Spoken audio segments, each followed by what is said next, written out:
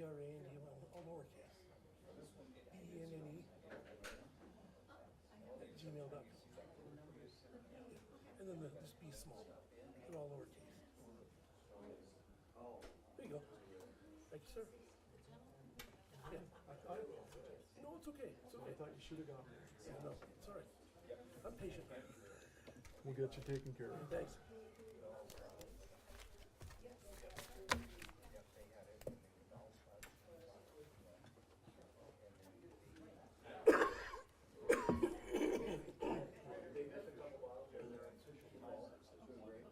And we're live, Mayor. Did you want me to?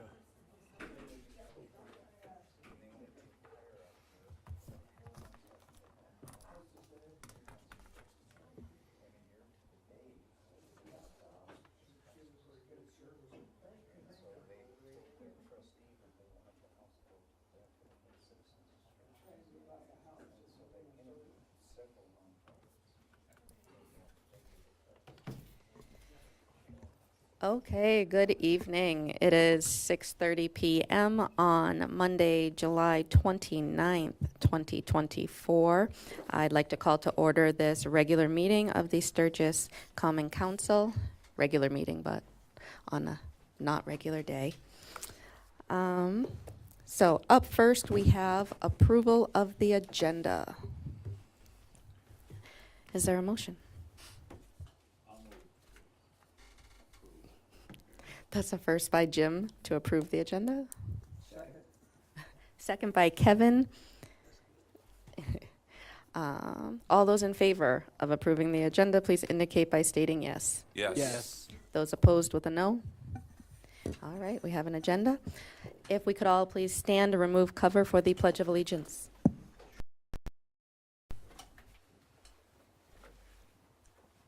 I pledge allegiance to the flag of the United States of America and to the republic for which it stands, one nation, under God, indivisible, with liberty and justice for all.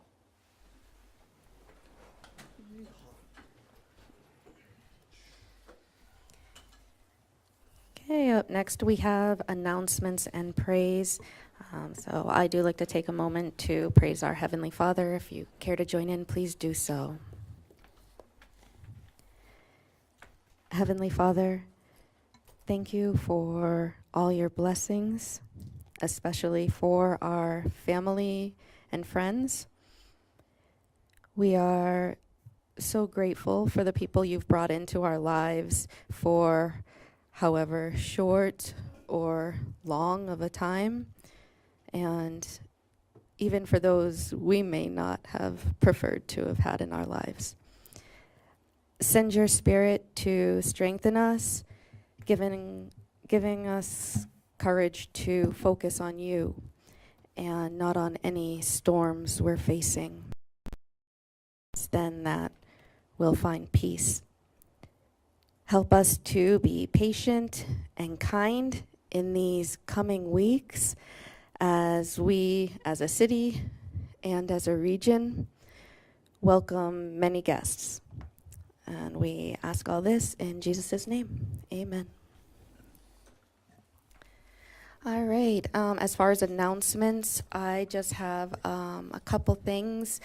Exit 32's recycling center has closed, so that is closed as of today.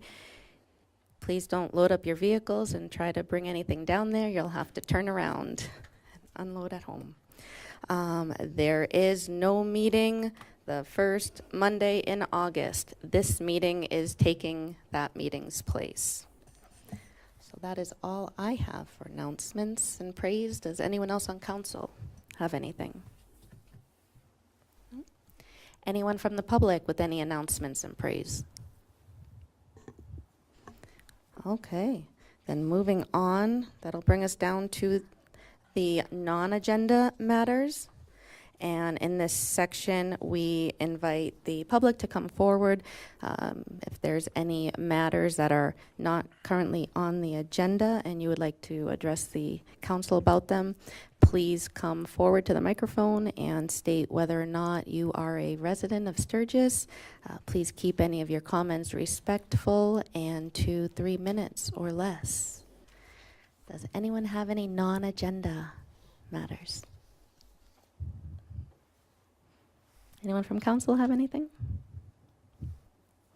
Okay, we'll move right along.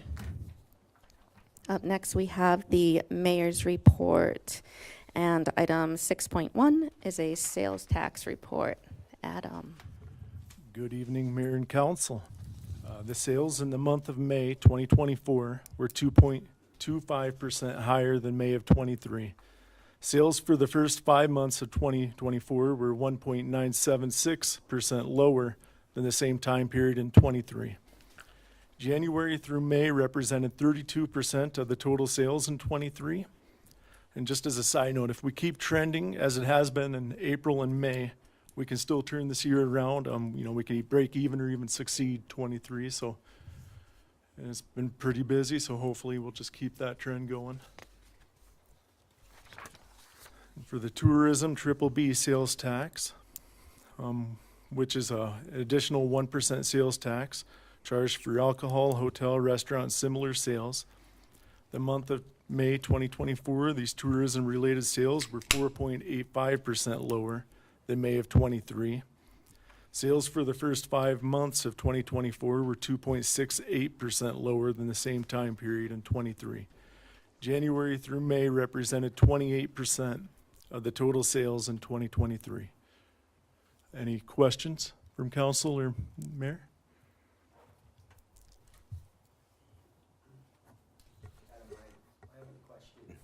Adam, my only question involves when we put together the 24 budget, can you help me remember, did we anticipate a 3% growth in both sales taxes? I think we did. I think originally we did, but then I think we kind of plateaued it. I'd have to go back and look now, but Yeah. I'll check and let you know. Thank you. Any other questions for Adam? All right, thanks, Adam. It's good to know that there's hope to turn things around, too. All right. Then next we have a number of payroll items. We got Lisa coming up.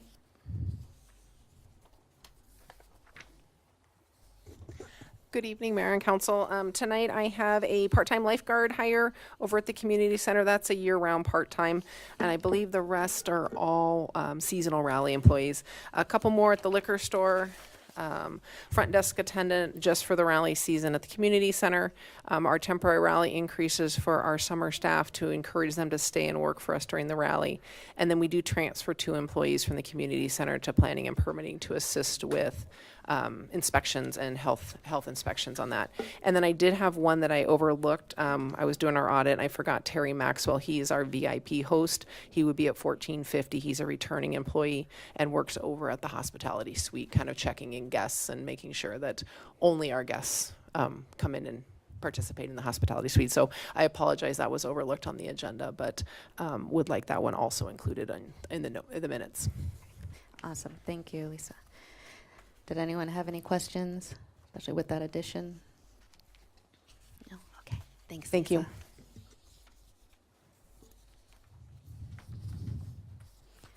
Okay, that brings us down to item 7, the consent agenda. Is there anything on the consent agenda that anyone from council would like to see removed for further discussion, Anything on the consent agenda that anyone from the public would like to see removed for discussion? No? Okay, we had a request to remove item 7.2 for discussion. Is there a motion on the consent agenda? I'd move to approve the consent agenda. It was only 7.1. Correct. Okay. That's a first by Kevin and a second by Jim to approve the consent agenda's item 7.1. All those in favor, please indicate by stating yes. Yes. Those opposed with a no. Okay, that item on the consent agenda is approved, and that brings us down to item 7.2. And got Bernie coming up with a question.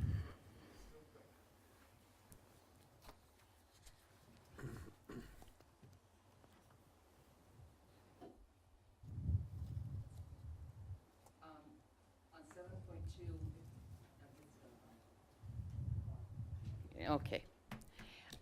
To approve armory lease with the Department of Labor and Regulation. Are they coming in during the rally to work? Are they helping with sales tax reports? Is that part of it, or what is that all about? So sales tax, I believe, will be Department of Revenue. Tammy can answer to exactly what the Department of Labor will be doing. Yeah, yeah. They contacted me. Oh, I'm Tammy Even, Rally and Events Director. They contacted me and wanted a booth just to showcase jobs. Department of Revenue is the Okay. one that does the tax collections. Okay, So they're going to be there for 5 days, and they're just promoting the jobs. I lost the name of it. The governor's push for the jobs this year. yeah, That's Yeah. what they're promoting, is Okay. all the jobs within South Dakota. okay. Any other questions from anybody? So on that item 7.2, while there's discussion, anyone else, any questions? Are they paying Okay. rent? Yes, they are paying, they're going to only be there for 5 days, and they are paying $1,000. Normally, a booth is $1,850, so we did, since they are the state, cut them a little bit of a break. Awesome. All right. Okay, thanks. Thanks, Tammy, for answering that. All right, if there's no more questions about item 7.2, is there a motion? Move to approve. That's a first by Jesse to approve item 7.2, and a second by Nick, which is approving the armory lease with the Department of Labor. Any further discussion? From the public? All those in favor, please indicate by stating yes. Yes. Those opposed with a no. All right, that passes. That brings us down to the claims. Item 8.1. Are there any questions on the claims? Mayor? Yes, Kevin. On page 3 of the claims under buildings, we've got Ecolab Pest Elimination under both repairs and maintenance for two charges, and supplies and materials for 2 charges. I'm sorry, what page did you say that was on? Page 3. Okay, thanks. Looks like Rick can speak to that. Those are just different facilities and where they're budgeted.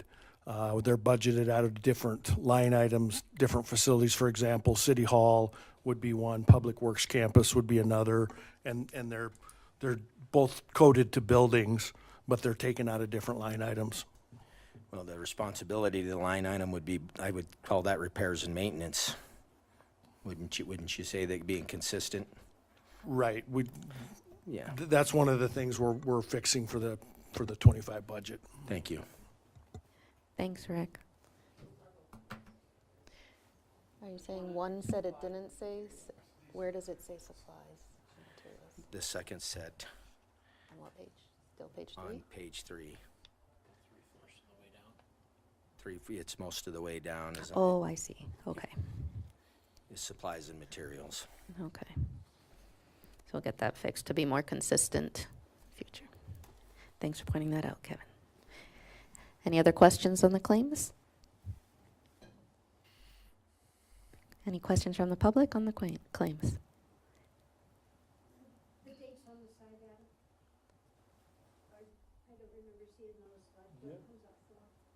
Dates are on the side. Are you talking about the dates of the invoice dates on the far right, Bonnie? We don't always get them right away, like some of them invoice quarterly, like 3 separate invoices, or, they're slower getting to us.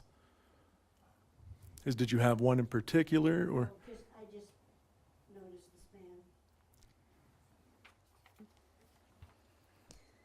Okay.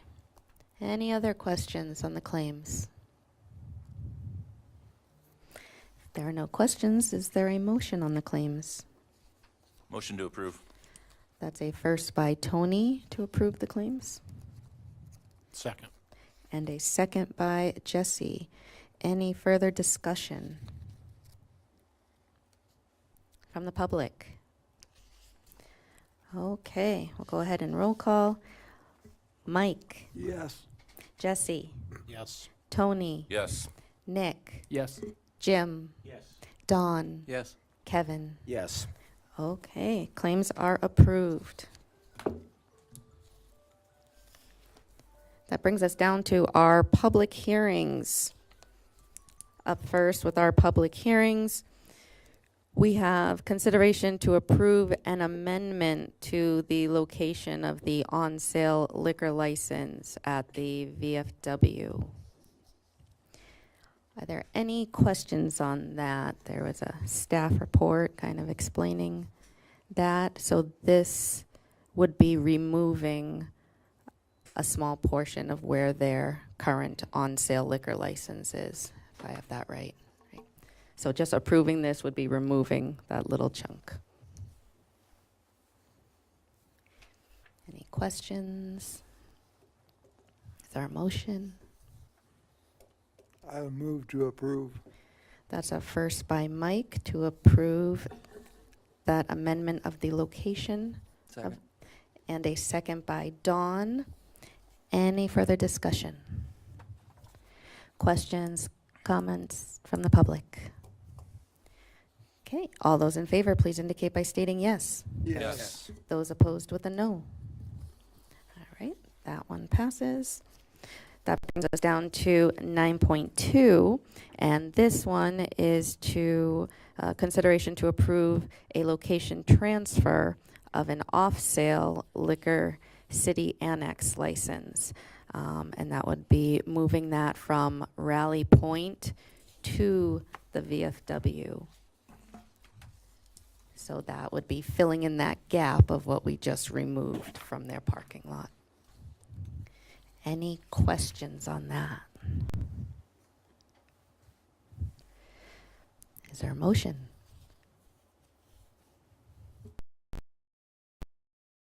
First by Nick to approve transferring the off-sale liquor city annex license. Second. And a second by Jim. Any further discussion? Questions, comments from the public?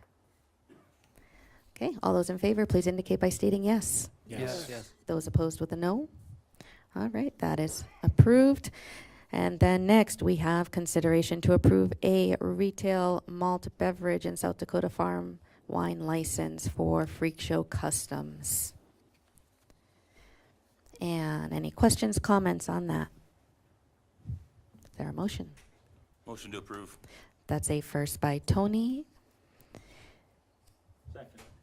And a second by Jim to approve the retail malt beverage and South Dakota Farm wine license for Freak Show Customs. Any further discussion? Questions, comments from the public? All those in favor, please indicate by stating yes. Yes. Yes. Those opposed with a no. Okay, that is approved. Then next we have item 9.4. This one is consideration to approve an SEL for the Loud American Roadhouse, and this would be for a wedding reception at the Sturgis Armory in October. Any questions? A special event license.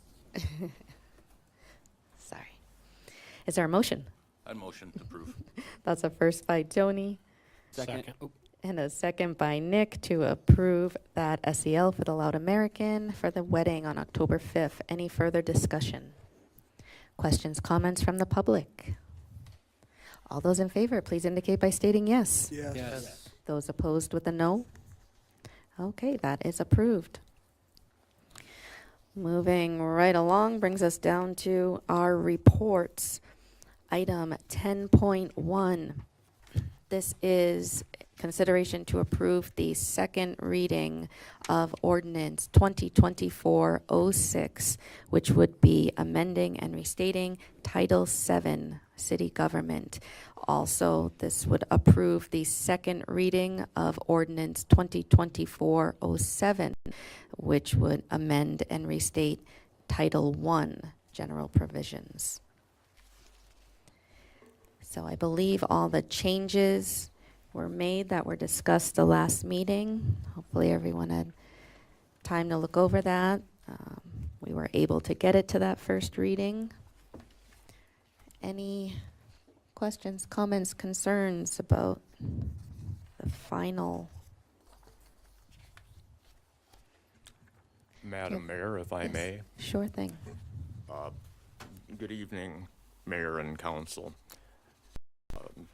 The staff report attached to this matter reflects all of the changes discussed at last week's meeting.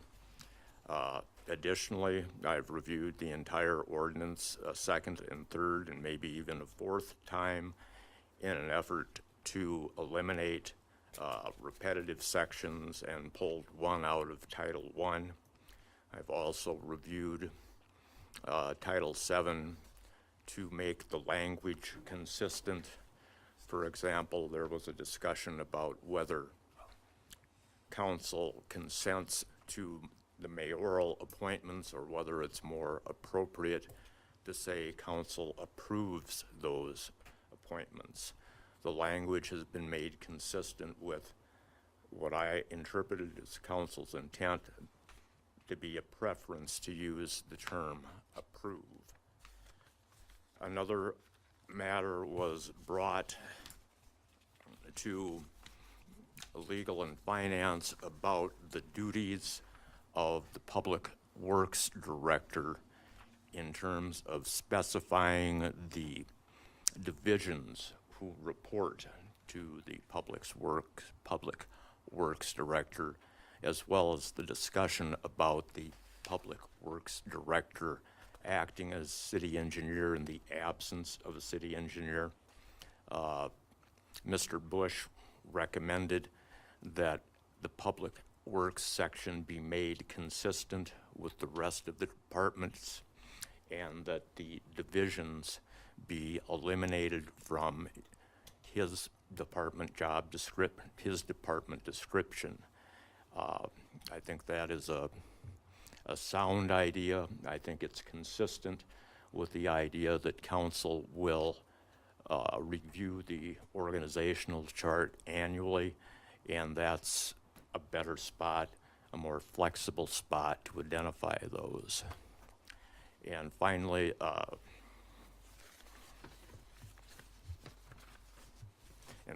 I believe that is the full extent of my comments. Thank you, Madam Mayor. Yes, Council. thank you. Does anyone have any questions for Mr. Marshall on any of those changes?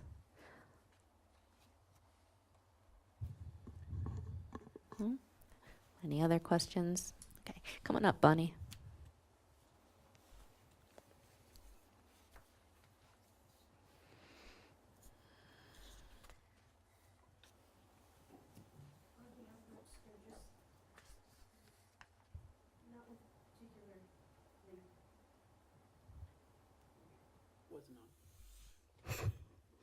That's your job.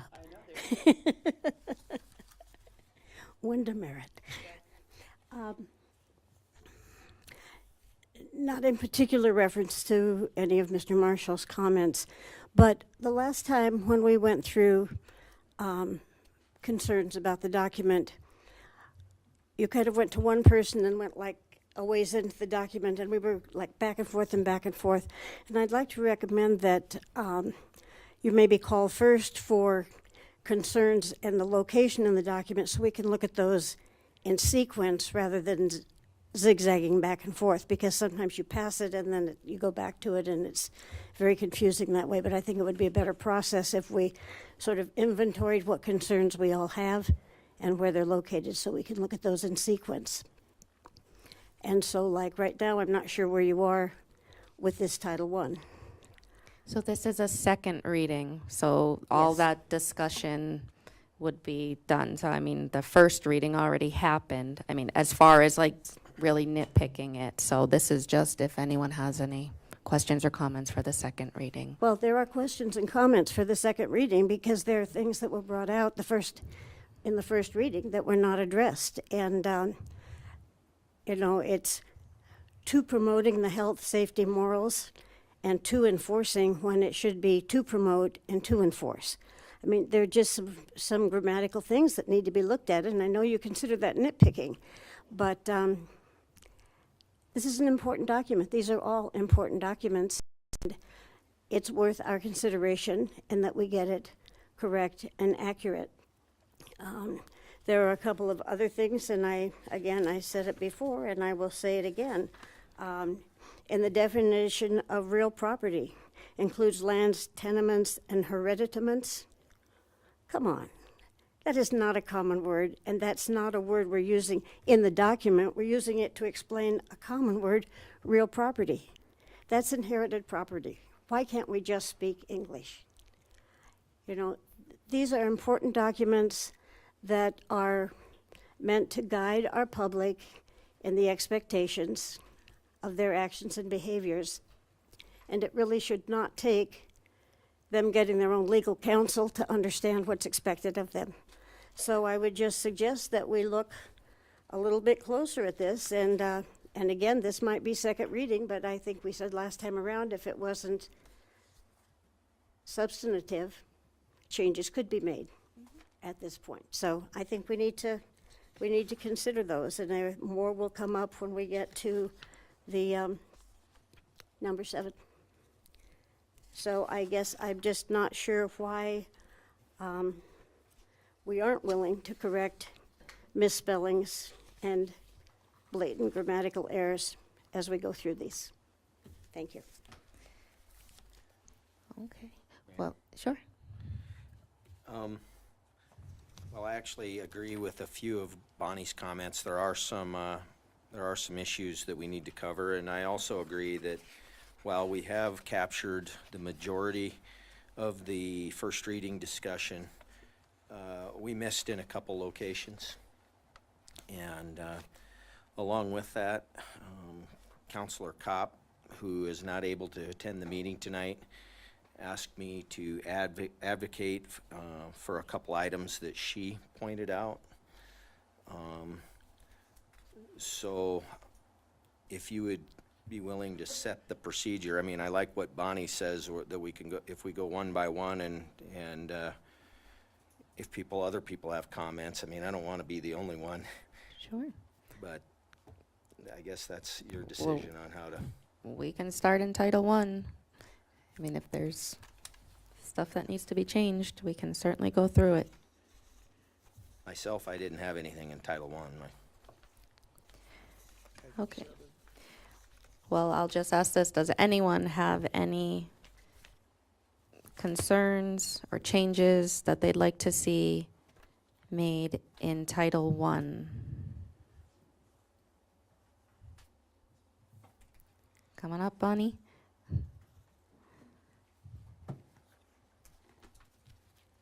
Well, perhaps Mr. Marshall is seeing this sentence from a different angle than I am, but I do not understand the wording in 10103 jurisdiction to promoting ING, the health, safety, morals, general welfare of the city, and to enforcing the provisions.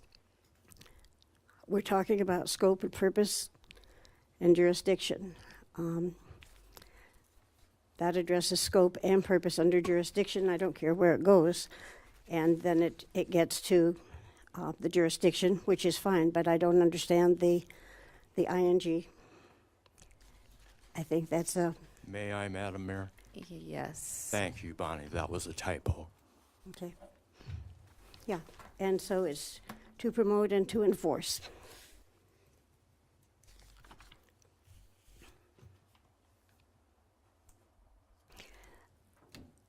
I do have a question again about number 7.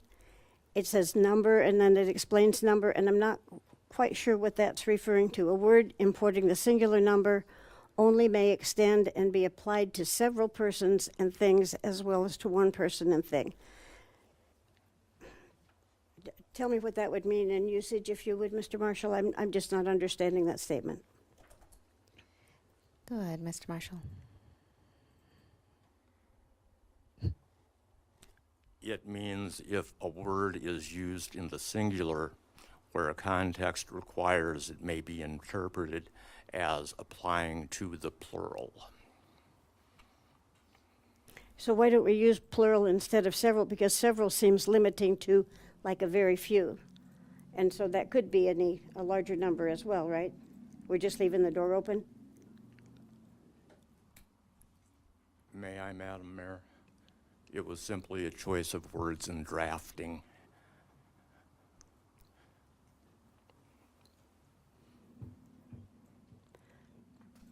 Then I would just suggest a different word than several, because several seems limiting. And can we do something about real property and the hereditaments? May I, Madam Mayor? Yes, what page are we on for that one?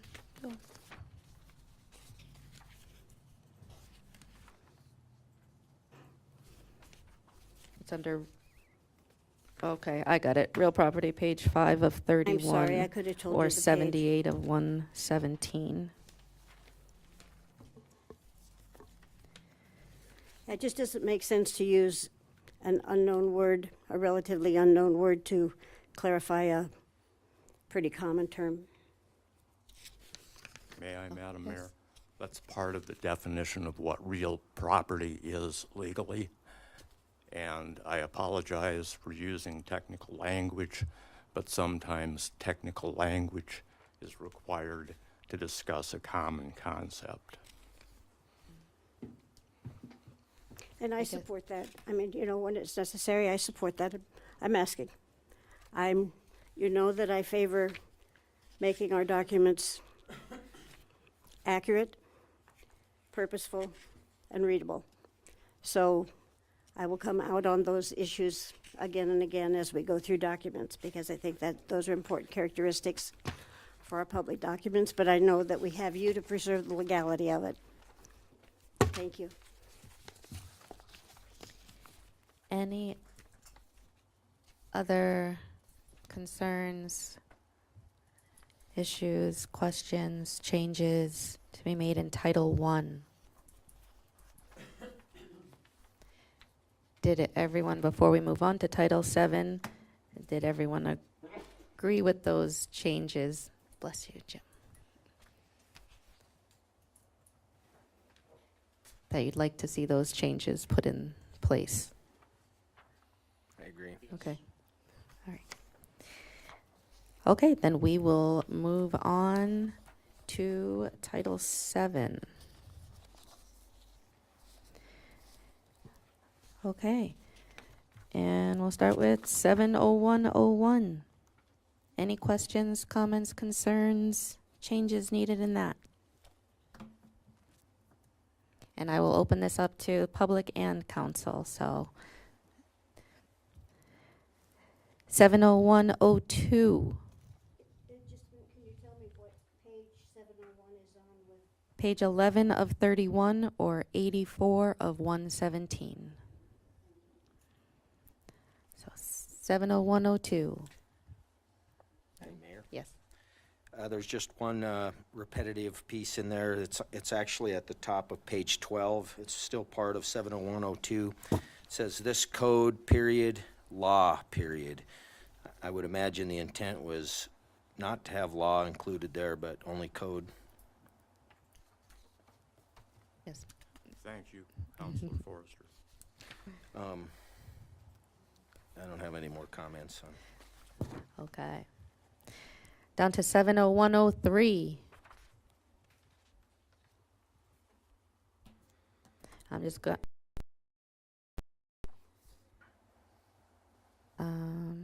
That period, I'm sorry, what appears again? The one that Kevin just called out appears again in 103. First line, second paragraph.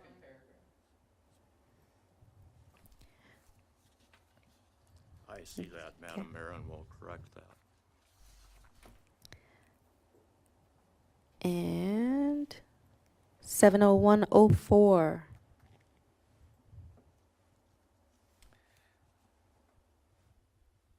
Mayor, Yes.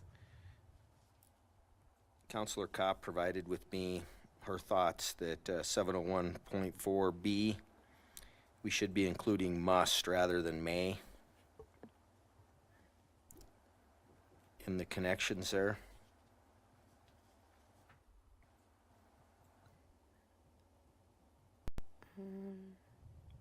So which, under special city council meetings, must be called by the mayor? Must be or called by the mayor. This was her recommendation, and, I'm not necessarily disagreeing with it. I'd like to discuss it.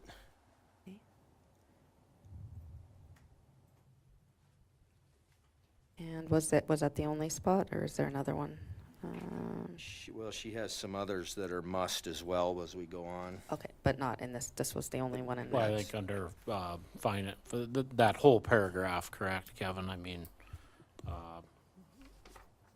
is how I, It shows again in 701.7 I boards see and it. commissions as All right. well. But for 701.4 city council meetings,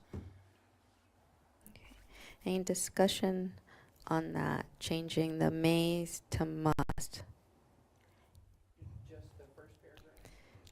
I'm counting two second. in B. I think the issue there, and if you added a when requested, I think the issue with the must is to require that if a special meeting is requested, it must be granted and scheduled. So I think that's when requested, special city council meetings must be called. And then again, special meetings must also be called by the finance officer at the written request of 3 members of the city council. So there are 2 mays going to must in there, but I think that's the context in which that came out.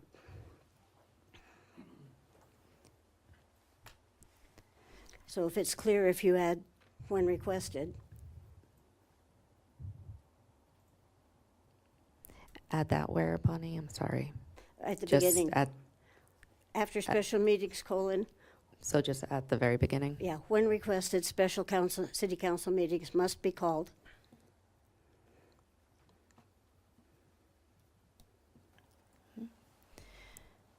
Any discussion on that? Mr. Marshall, do you have any comments about? Calling a special council meeting is a discretionary act. So it's, I think, internally inconsistent to say that a discretionary act must take place. That's why the language may was used. I think the point was to avoid stonewalling.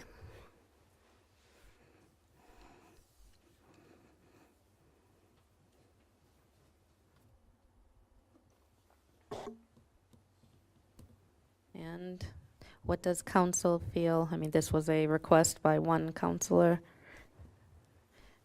Does the rest of council feel on that change? Mayor, It makes a big difference, like Mr. Marshall said, so it's discretionary versus not. I wouldn't call it discretionary when council requests it. I would think if you had enough council members that were requesting it, it should happen. That isn't not the sure it's never intent- I'm happened. sorry. Oh, go That's ahead. not the intent of the language. The intent of the language is the entire concept of a special council meeting is discretionary. If it's called, I don't believe staff has any discretion. But it isn't something to call it or not is a discretionary act. That's why may is used. Where is it identified as a discretionary act? By using the term may. And I think that's what they're asking for, is for for it not to be a discretionary act. I think because it's a special meeting, so that's what makes it discretionary. I think the way it reads is, to me, you could have council asking for a special meeting and the option being there to not have the special meeting, say by the finance officer or by the mayor or whoever.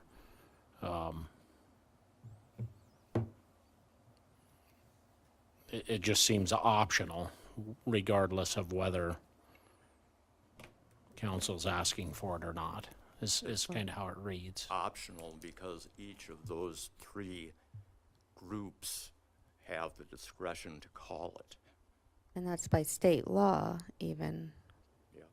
so. But if you, So 3 members could yes, call a special meeting, absolutely. period. There, perhaps a better way to explain it is to say that this language empowers the mayor to call a special meeting.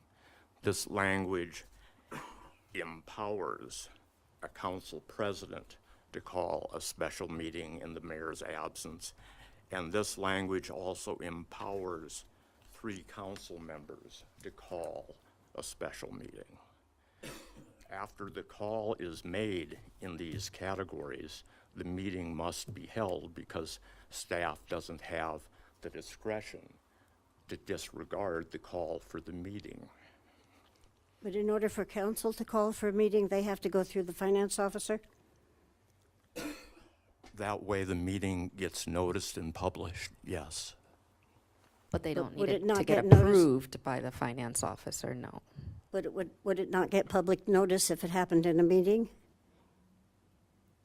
Not to satisfy some members of the community who insist that the notice be posted on the website and also in front of City Hall. So, Yeah, but once the decision to have a special meeting would be made, then it would be posted, then it would be clear and evident that a special meeting is coming. It would be posted with the same requirement that we have for any meeting. Right. But what you're doing is causing a delay between the time that the council requests a special meeting and action is taken to grant a special meeting. I mean, did this not happen once already? As I recall, I thought Kevin asked for a special meeting at one point, and then a special meeting was not scheduled. And I think that's what is the provocation for this request. I've never heard of that, so. Kevin, help me out. We did have some issues getting a special meeting called, I agree. That was my recollection. Well, that's news to me. I'm not sure when that happened. You were here but- for it. Well, I don't know when that was. So how can we correct this to move forward? Can we add when requested, must be held within a reasonable amount of time? What's the fix for this? I Yeah. think when you put the when requested in there, it doesn't take away the mayor's discretion at calling a special meeting in and of itself. But this does place a requirement that when council requests a special meeting, they get it without having the delay of getting the signatures going to the finance office. I think how Deb has it written on the screen there seems to satisfy that. You could qualify it with by council members.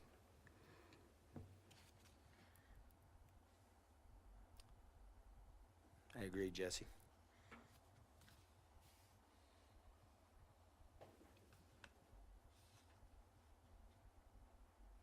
Is that all that needs to be changed here?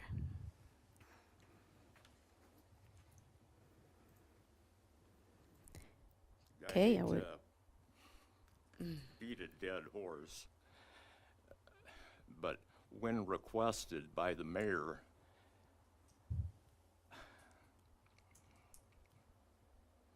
it still doesn't read right. Special council meetings must be called by the mayor or in the mayor's absence. I didn't say by the mayor, I said by council members. Well, we're looking at the language, or at least I am on the screen.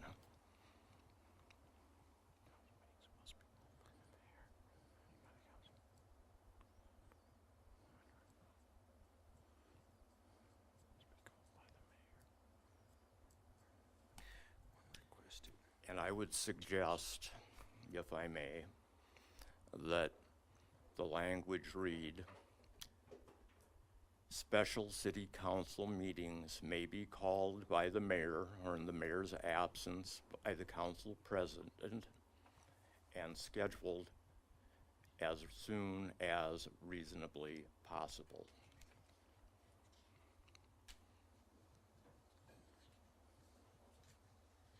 Then continuing, special council meetings may also be called by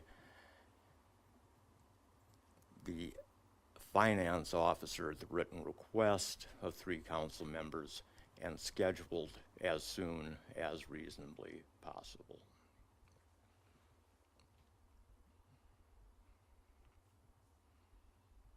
That does seem to satisfy the request as long as the first May is a must.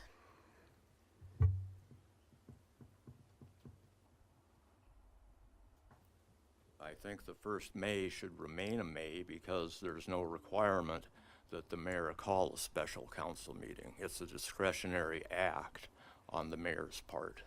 But that's the point.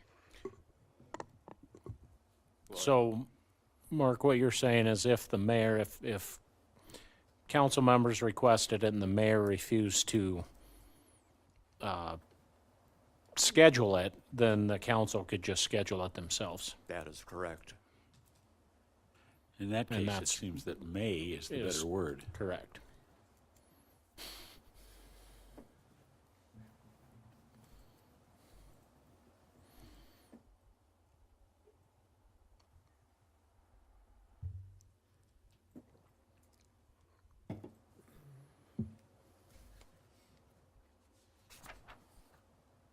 So now you're back where you started without regard for the request.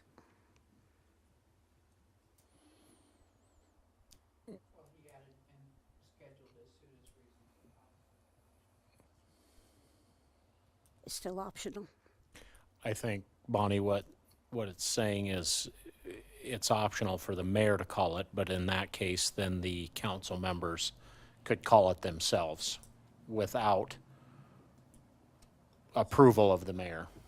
And what are you talking about for turnaround time? As soon as reasonably possible. That language wasn't highlighted but was inserted.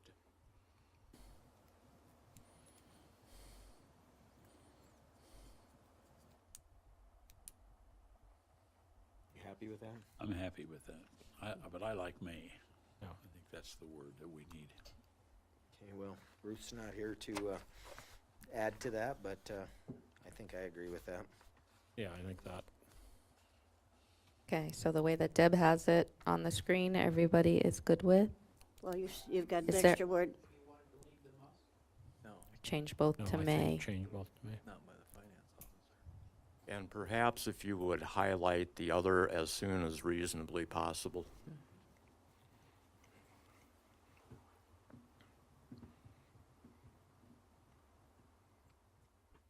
So what is the requirement on setting a meeting, announcing, posting that there is a meeting? I can't remember what the deal was on that the last time around when you were trying to get that one in quickly.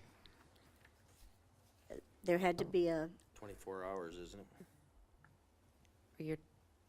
Which special meeting? it has to be 24 hours between posting and meeting? Yes, 24 hours in advance of a meeting, it needs to be posted for everyone to see with the agenda. Any 24 hours or 24 business hours? I think just 24 hours. Okay, just checking.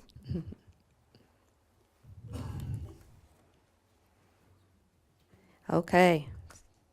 We move on to 70105. Questions, comments, concerns? Not hearing any. I'll go down. 70106.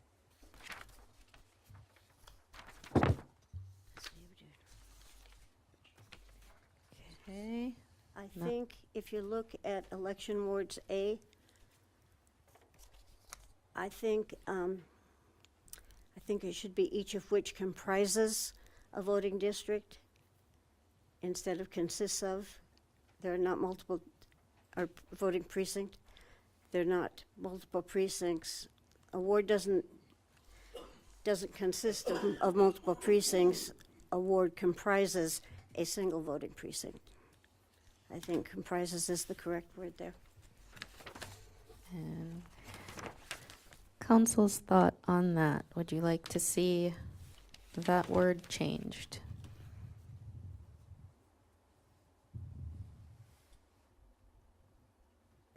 I'm not hearing. I mean, yeah, to me, it doesn't, It does. I've never been an expert at English, so, I look up the word. yeah. Okay. So Jesse's good with changing that to comprises. Everyone else good with changing that?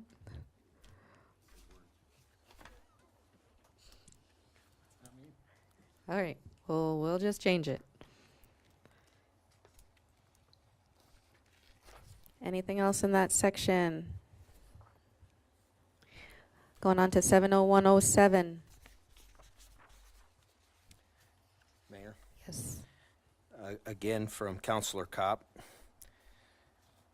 Ruth's direction was that should replace may. Must make appointments. I didn't have a chance to dig deep with her on that to ask what her intention was, but I can only guess that it was to make sure that the appointments are actually made and that they're not discretionary. Okay, Deb is changing that. Is everyone else good with that? May Or I, Madam question, Mayor? Yes. The point is that those are discretionary appointments, and if a circumstance arises in which a mayor doesn't want to make appointments to those boards, council or the code shouldn't compel the mayor to exercise her executive function in that way. What makes those discretionary? What makes that State law. Where in state law is that? If you take a break, I can go get the code. But it is an executive function. Well, it doesn't have to be right now, but would you send me that? I need to get better at Mayor? searching those things. Yes. For me, the legislative side of these committees is how we share information. Due to open meeting laws and whatnot, we don't have a way to share information amongst ourselves, and these committees and boards are the only way that we get information disseminated amongst enough of us to get it shared to the rest of us. So if we always want 5-hour meetings, I guess questions why we can't get enough information to vote on things, and maybe even reduce ourselves to removing agenda items because we're not educated. I mean, we haven't been provided the background information, then I guess I would be okay with it being May. But in my mind, most of these boards here are what lead to better decisions by the legislative branch of the city government.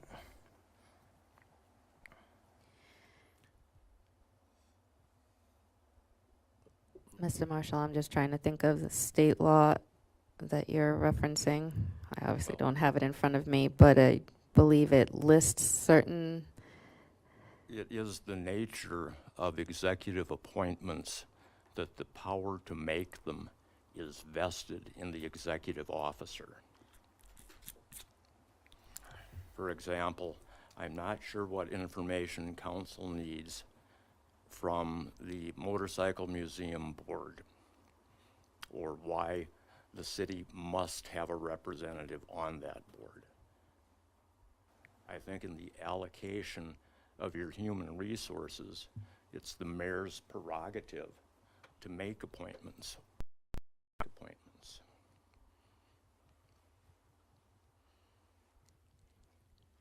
I can't imagine that at the state level, they're splitting that hair on whether the council needs to know, the city needs to know what's going on with the museum.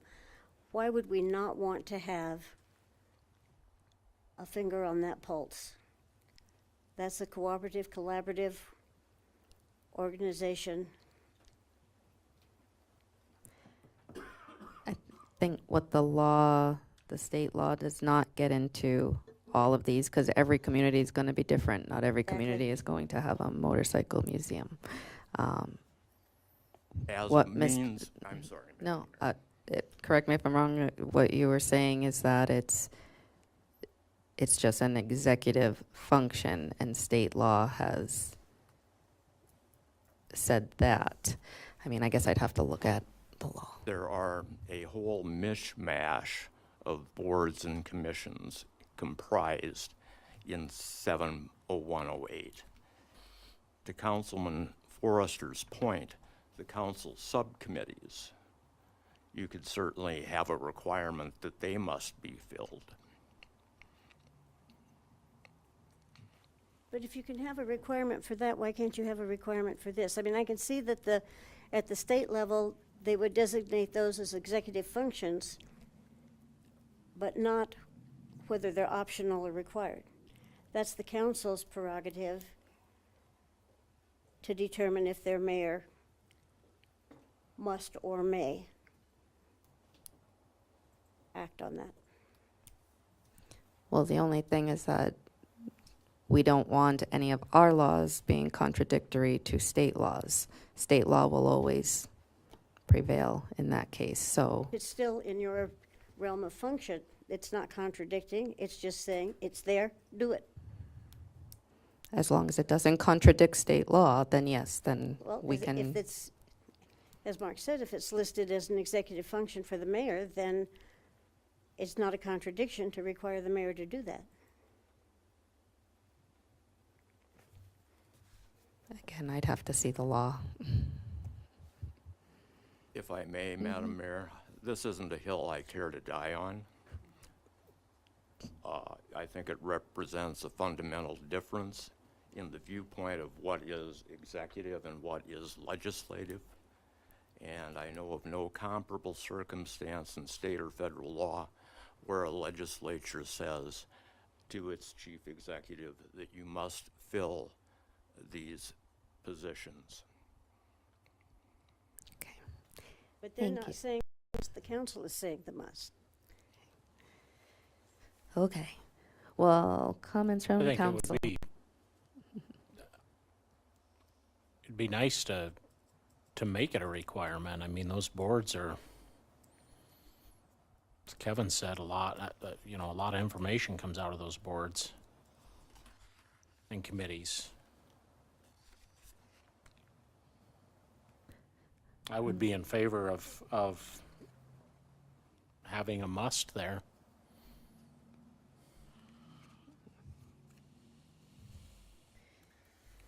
Maybe there should be a must share information too. I'm not Mayor, sure I've ever heard about SEDC meetings or. Mayor, Yes, Don. I agree with Kevin. They may. It's discretionary. You have the option to do that. If you don't do it, then somebody else, you have that option to appoint people. And I think it's in the best interest that you keep that option. So is there an option if let's say the mayor decided not to appoint anybody to those boards? I mean, do we just not have a? Do we currently have everybody on a board? Does she currently appoint somebody to all those boards? Correct. Correct. So when do you foresee a time when she wouldn't appoint somebody to a board? We Well, don't I have just- a rally and events committee right Yes. now. All right. All that stuff is discussed at legal and finance if needed or an executive session.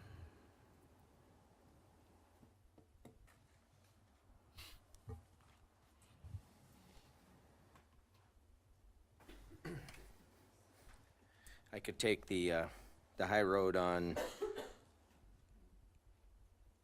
1 through 10, but, you know, as Mark Marshall indicated, for me, the council subcommittees, I mean, for me, those are council. Those are the probably the meaty more ones, important yes. ones. So Yes. those are the ones, and I guess we're kind of blurring 70107 with 70108 in this discussion. So do we separate those and say may on the 1 through 10 and must on the 11, 12, 13? Here's a suggestion, if I may, Mayor and Councilor Blakeman. The mayor, with advice and approval of the Sturgis Common Council, must make appointments to council subcommittees, period. The mayor may make appointments to all other city boards and commissions except as otherwise provided by state law. That way, you are assured that your council subcommittees are staffed and you have the legislative ability to create those subcommittees. I would agree with that. I would agree to that.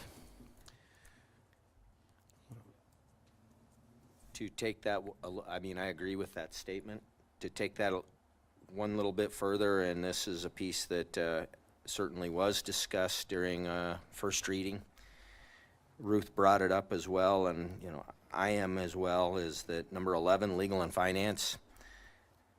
Historically, as far as we can go back, the makeup of that committee has been the council president, the council vice president, and one other council member. And I'd like to see that remain in effect going forward for the legal and finance subcommittee. Seems like it's worked. Well, what was the reason that we don't have a rally and events committee? That, I didn't make any appointments to that committee because that committee, I got a lot of complaints that nothing came of that committee, and it was pretty much a waste of everyone's time. It was a waste of staff time preparing for it. It was a waste of the council people's time, and everything that went on in that committee ultimately came back and was discussed in exec. So it was really pointless having those That'd be the meetings. case here, that it doesn't, so you arbitrarily made that decision, which I would assume, under normal circumstances, would be the correct Right. decision. But if it must be done, then that's a different direction. And so, for the future reference, having this it must be as opposed to may, because may is one that allows you the option, but must is a declarative thing that says, but what are you doing with that? You can't avoid it. You can't ignore it. When the committees across the board as a structure, as a process is working, and one committee is not working, you don't throw out the committee process, you fix the committee. And by not appointing anyone to the committee, does not fix the committee. It removes it from the process. That doesn't It was even- more than just, I'm not really sure what you mean. It was just, in general, those committees are not decision-making bodies. Purposeful. And I was getting complaints that they were not. All of So it? I was on that committee even for probably 3 years. A And committee or all of the committees? rallying events, that's the reason we didn't have that committee.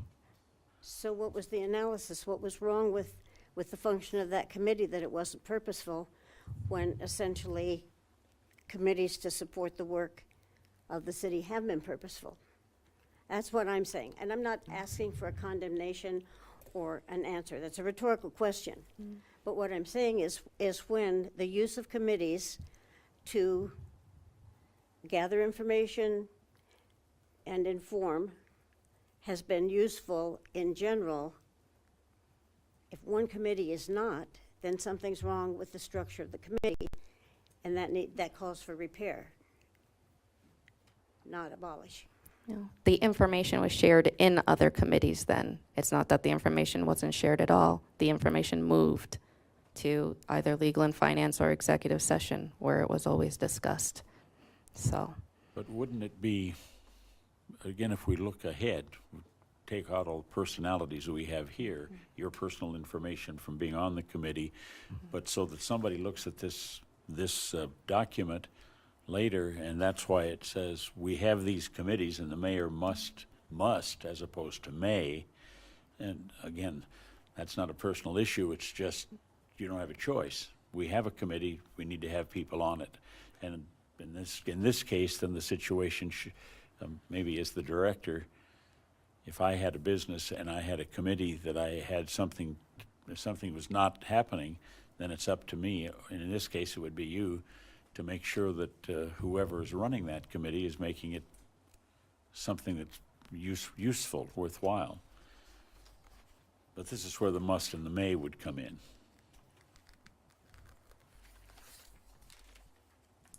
Are there other committees that we don't have?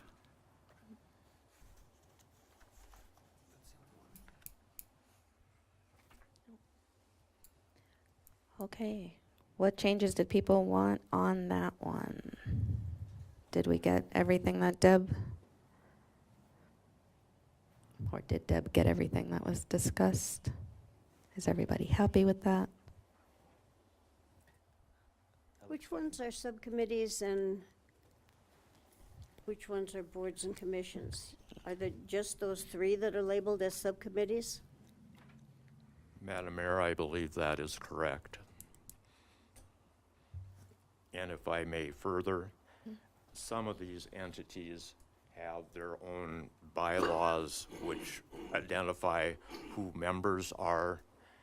And if you create an ordinance that says the mayor must appoint someone to a board on an entity that doesn't, that does away with that board seat. But I'm you happy can- with the way it read, Okay. making these others may.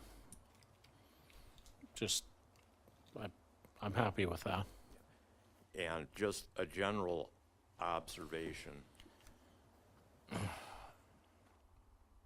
Ordinance drafting is in some ways an art because it blends the known with the unknown and the known with the what might be, and creates an opportunity to horribilize and project potential disasters that may never come to exist. So sometimes they seem unduly general, and sometimes they seem overly restrictive. But I dare say that that is somewhat in the nature of the beast. Well, Jesse, I don't disagree with you, but I think that it is arbitrary in this case. The mayor arbitrarily decided we're not going to have this rally and events.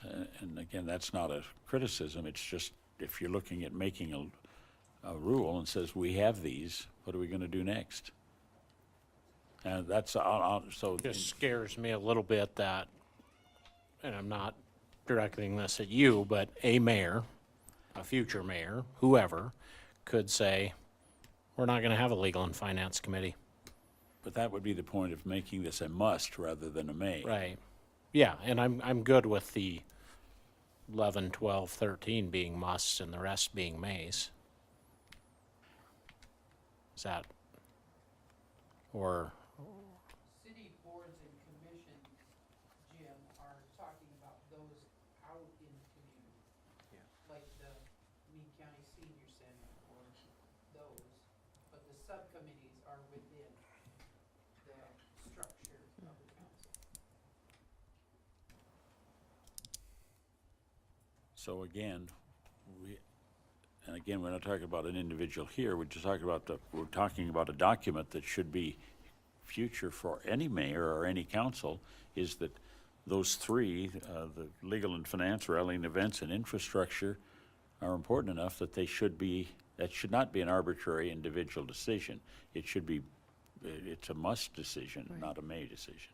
And that's what Deb That's how we- changed it to. I understand it Yeah. is that, according to that it is. That's what she just changed it to, yep. So you're good with that, then we're I hearing. am. Okay.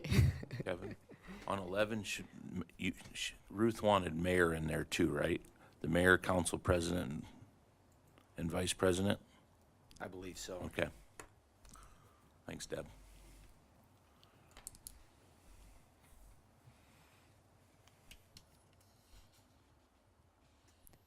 Okay, is everyone good with that?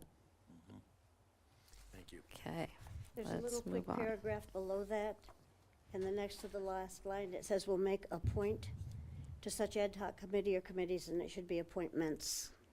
It's just a little autocorrect typo kind of thing, Got it. right there. Yeah, do you see it? Okay.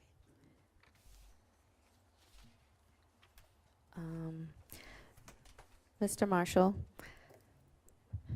as far as typos, grammar stuff like this, appointments or appoint, I mean, is that something that we have to go through this process, like to change every word like that? Or if there are mistakes like that found, I mean, as simple as punctuation and whatnot found later?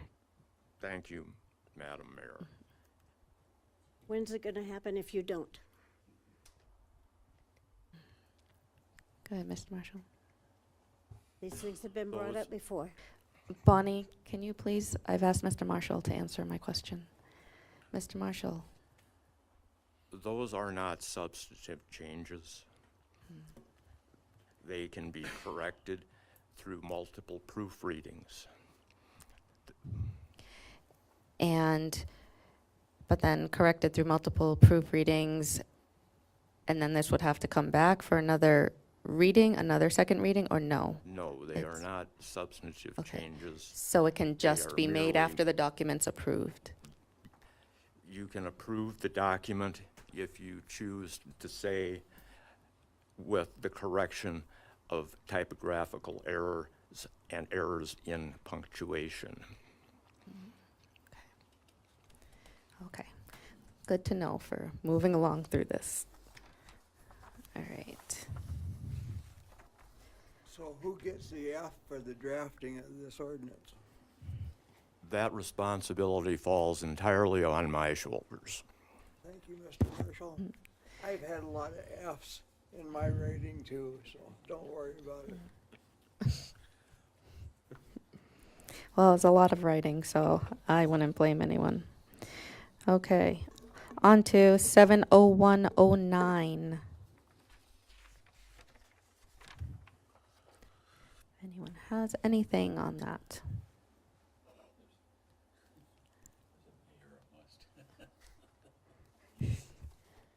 Okay. All right, not hearing anything. I'm moving along to 70110.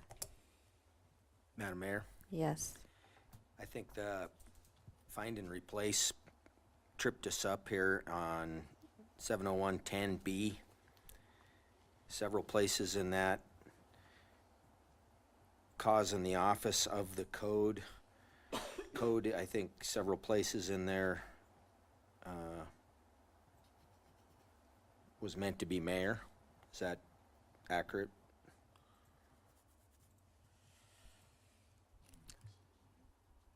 If you would humor me and redirect my attention so I make sure I'm on the right paragraph, Kevin. Page 15 of 31, Yes. 70110B.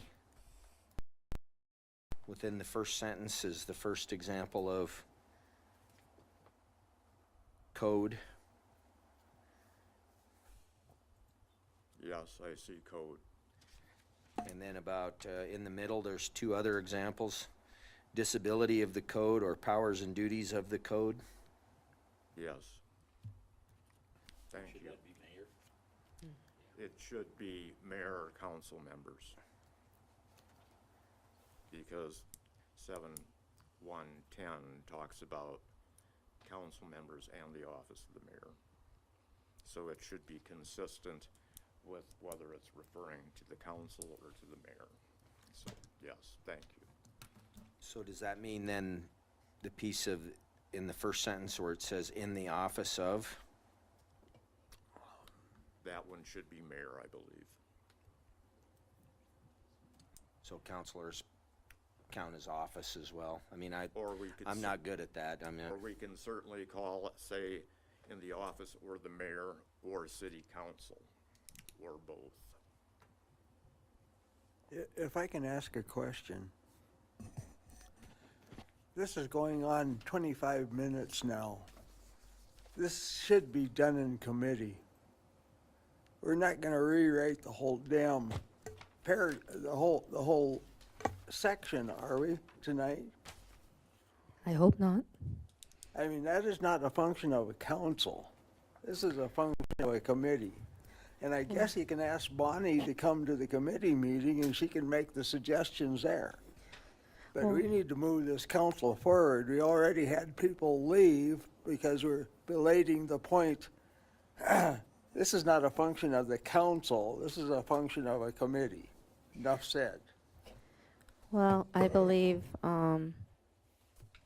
this went through first reading. I would like to think that anyone on council would contact staff if they found any errors like this, so that stuff like this could get taken care of before it came to this meeting, and then we could just say these changes were made, and they would have been redlined in here already. So that's what I would like to see. I know that I would contact staff and just ask for little changes like that I see as I see them, instead of doing it in the meeting, but Would the mayor, that's, would the mayor entertain a motion to table this? Or are we gonna get done in the next 10 minutes?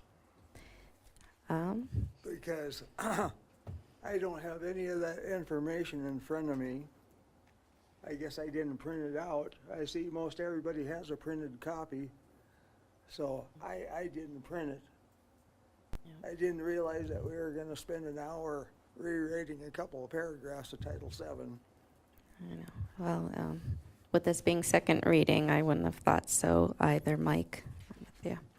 But it is But pretty important to get it right. there's- Well, then we And we're table not it, gonna- we table it and we do it correctly. We do it in committee. Well, let's just keep moving and we'll be done with it. Well, I understand your impatience, Mike, but if you will recall, when we started this process weeks ago, several of us made the recommendation that it be done by committee, and that was not taken up on. When it comes to this point, it's the responsibility. If it's not a group project, it's the responsibility of the writer to spell check, to edit, to bring in additional eyes. It's really difficult to write like this and documents of this length. And once you get it down there, I don't know how it works for you, Deb, but once you get it down there, you start reading what you meant to write and not necessarily what's on the page. So it becomes important that other eyes and other stakeholders or invested parties have an input on tweaking. And I'm sorry that it takes this long, but these are important documents. They need to be right. We need to not have the city administrator executing his employees. Then it And needs we to need be not to be tabled waking up people in and the go back to cemetery to ask committee. if they want their cemetery plot. And that's where we have been in the past. All I right. am invested in functional documents. Okay. Thank you, Bonnie. What I will say then, moving forward, we will not spend time on grammar, punctuation. As Mr. Marshall said, a motion could be made if anyone thinks that there's grammatical or punctuation type of things that need to be changed, then your motion can say so. Bonnie, if it does have some particular concerns about minor things like that, then I would ask you to contact staff to let staff know about those changes, because they would be authorized to make grammatical, punctuational changes. If, Okay. if those corrections were put on paper, they'd be a lot easier to follow. Right. Historically, I have done that, Mike. Historically, I have come forward with paper documented alterations that need to be made. And historically, the people who write your documents have not been willing to accept or consider those, and we wind up with junk for documents. And I think that there are some of you who have been here long enough to see and to know that that has happened. This is an important document. I'm invested in getting it right. Sure. And the motion, Bonnie, would be the difference there, that council would be saying that, yes, they want any kind of grammatical, punctuational things changed. I would hope that if you do contact staff on it, that they would let council know, though, two of those changes, and that anything you submit to them, have all your changes in one document so that they can see it all and council can see it as well. But Kevin, can I clarify on A, it mostly talks about the council and a vacancy on the council. And I think the intent of B is just the mayor. So if you read it through, we shouldn't say council or mayor. We should just say mayor throughout in B. Is that, do you believe that to be true? I think it can be that way, yeah, I agree with that statement. I mean, I was agreeing with, Mr. Marshall's opinion that we could add both, but you're right, A has council in that already, and I don't think this addressing B is punctuation or grammar. I mean, I think spell check led us astray on that. Right. And Sure. we need to get that. bigger things we can change this evening. I'm just talking, we're not going to stop on an S was missing or a period or a comma. So, but anything, bigger than that, we will go through. Mr. Martinson.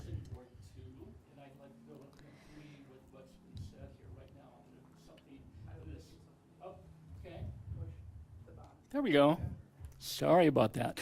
Dave Martinson, Ward 2, and I agree with what's being said here, that it is substantive and it would really change the document. Yes, it definitely does need to be discussed. And what we're hearing is some minor punctuation and spelling can be changed, and that should be no problem. I don't completely agree with Bonnie, and I want to be respectful about that, Bonnie, but at the same time, too, there have been times, and I'm frustrated in the past, when we have passed some things, and when everything was not quite right as far as punctuation, spelling, etc. I can never recall a time when that wasn't corrected eventually. And I know it was a very big frustration on her part, but in working with the city attorney at that time, with Greg and with myself and with Bonnie, we have spent hours at times going through things, and I think we always return to it, sometimes months later, much to her frustration, and things have been corrected. Okay, thank you. Thank you. Okay, well, let's keep moving. Anything else in 70110? Okay, on to, going the wrong way.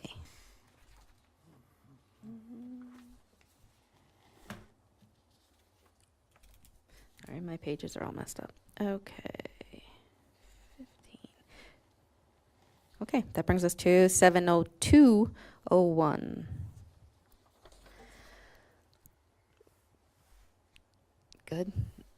Any Well, actually, there is a piece that was suggested in 702.1 B2, and that is just maybe to confirm South Dakota State Law 914.13, where it says at the next regular meeting, City Council and Mayor must provide a reason for the firing.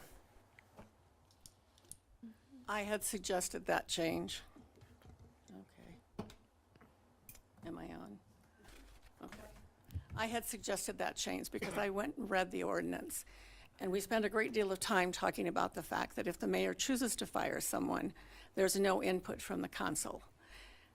The state law goes on to say that the mayor is responsible for reporting at the next meeting of why the person was fired, so that it is not something that leaves the council in the dark as to why the firing occurred. And I believe that should be added because that gives the council some idea of what's happening. Okay, so Deb, did you see what they're looking to change? I do. Okay. I understand the point. And it may more closely track state law.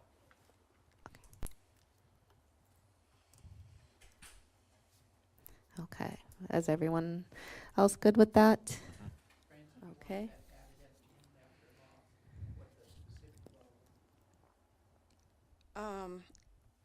Okay. Appointed officers, okay, under whether mayor appoints each officer with approval of city council, appointed officer serves at the pleasure of the mayor, and their appointment may be terminated by the mayor with or without cause at any time. I believe it needs to be added before such officers must be appointed or reappointed. I think it should go in at that.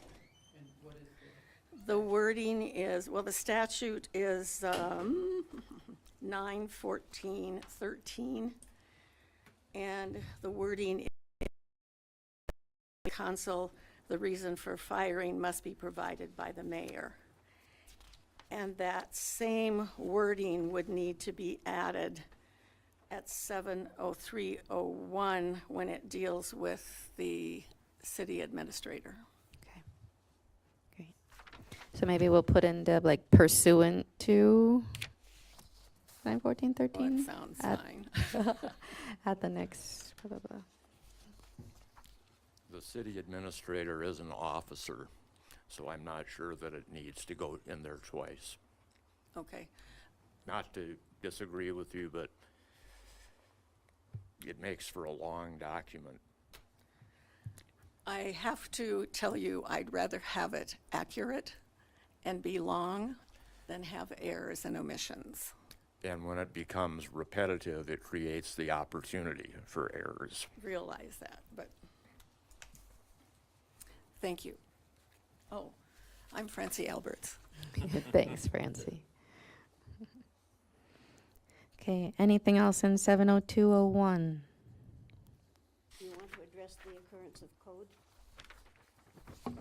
Did that happen in here as well? Yes, third line down in 1.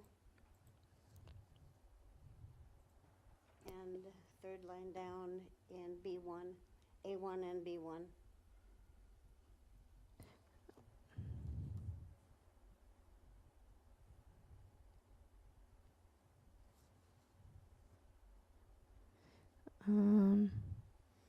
I think, is that supposed to be there though? Pursuant to, yeah, that's supposed to be code in the first one, because it's pursuant to state law and this code, so saying because of this. I haven't found the next one. Where was the second one? Third line down in B1 also.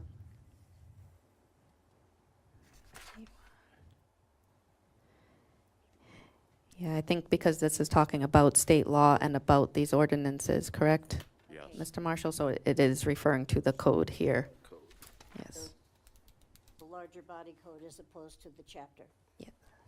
The definitions define the capitalized word code. Okay. On to 70202. Could I ask a question about C? With the, we're talking about a cash bond here. It doesn't say, it says that the, each appointed officer must furnish. And I thought we did some clarification on who's bonding that person, who's paying the toll on that.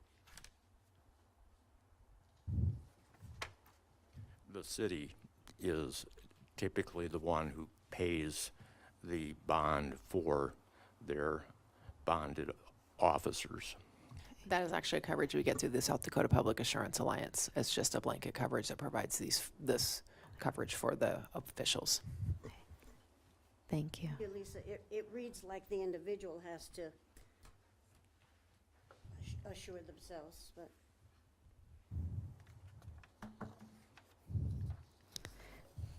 Okay, so 70202.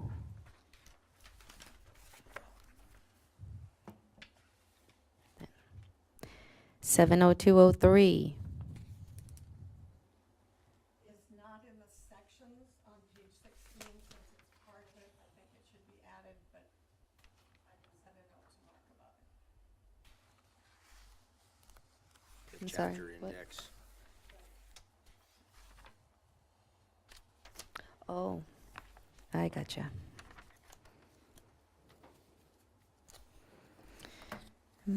Sorry, my pages are all out of order.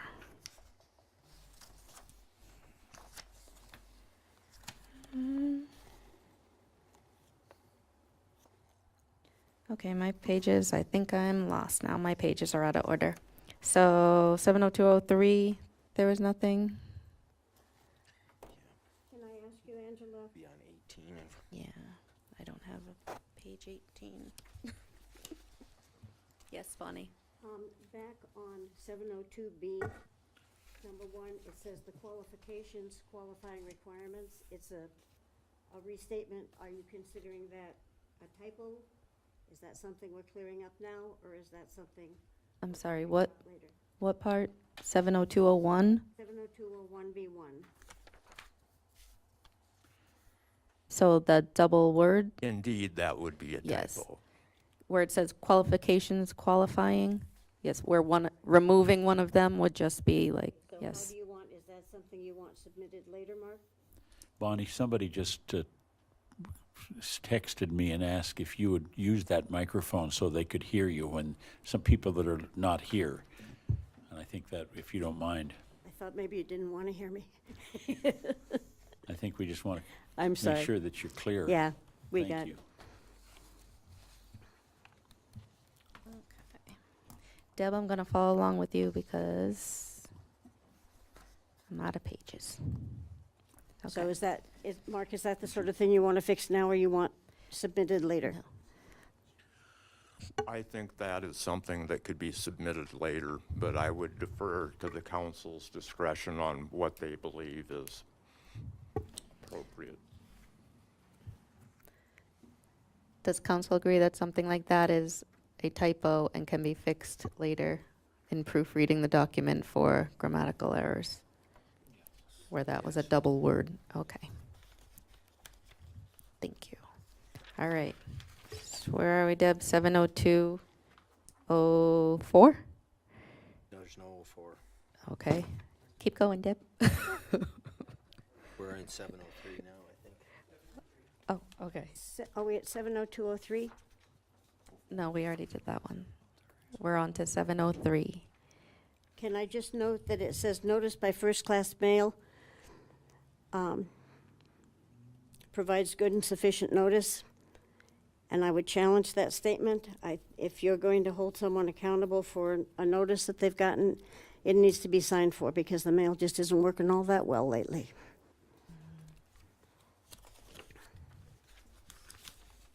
Does anyone on council have concerns with that sentence? We send certified mail for all kinds of things like There needs to be code proof of enforcement delivery. and If it's that important, it needs to be proof of delivery. By way of background, state and federal law recognizes what's called the mailbox rule. And the mailbox rule provides that if you have a city employee who says, I put postage on this letter and deposited this letter in the United States mail, then it is deemed service. And you are certainly free to change that. Thank you. Council's thoughts on that sentence. Do you want to leave that as it is, or have it say certified mail, or we are on page, yep. 70203. Fourth line from the bottom.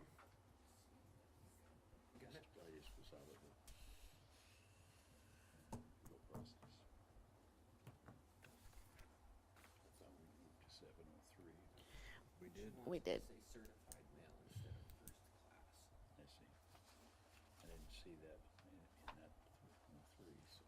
Comments from council on that? Are we moving on? Are we leaving it the way it is? Or making it certified mail? I say certified mail. Okay. Just to be consistent with everything else we mail like that, I don't think it would hurt to have it be certified as well.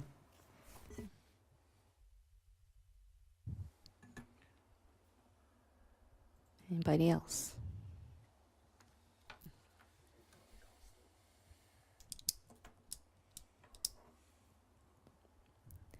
Okay. 70301.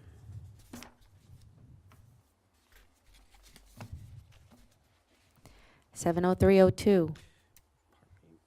So we did not need to add any, it was under officials from the previous one, because the city administrator appointment doesn't have any of the language under 7021B2. Oh, you're talking about what Francie had come up and Yeah, such mentioned? officers may be appointed, reappointed, blah, blah. And then, We don't need to repeat that because of the long document. I just want are to make you sure. that saying we- about the firing, like if the notice to the rest of council for the reasons as to a termination? I think that's what, Well, it's missing the piece about, under 70201, appointments provisions, B2. It has a sentence that says, such officers must be appointed or reappointed with each new mayoral term with council approval. Any appointed officer may be removed from office and employment by the mayor as provided by state law. And then we went on into the discussion about adding SDCL 91413 about the mayor reporting to council why there was a release. But the difference between the appointment provisions is the must be reappointed with each mayor. That's not part of the city administrator. oh, I see what you're saying. That was a different discussion from last time, correct? That was two pieces that we, And so we're on 70301. I have no problem in making those consistent. thank you. Is everyone Did else? yeah, is everyone good with that? Okay. Deb, do you know what we're adding into where?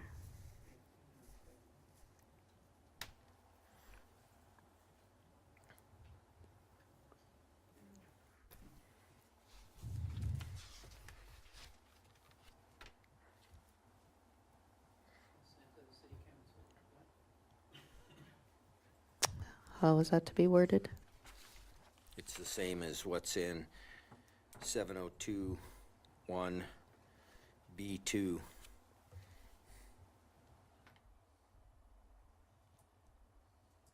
The very bottom, The underlined part? the underlined, yeah.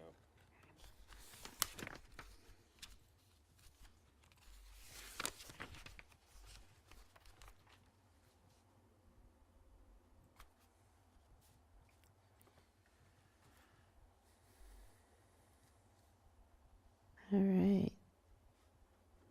Got that. So, again, I don't have sheets in front of me anymore.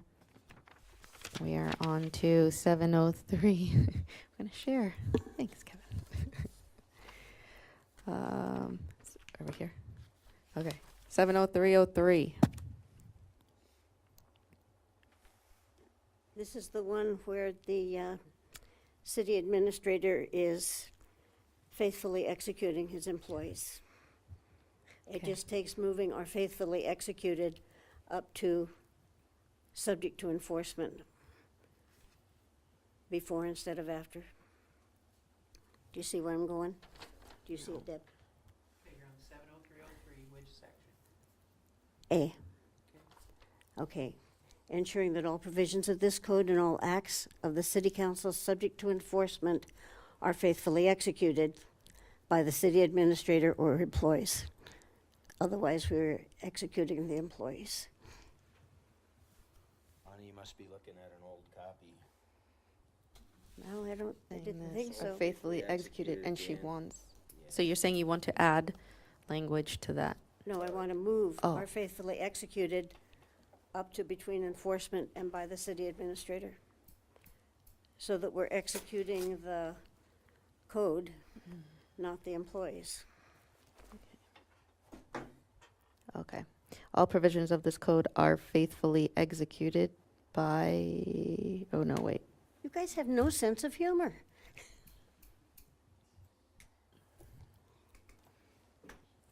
But it does. need Deb, to did you get it? Okay.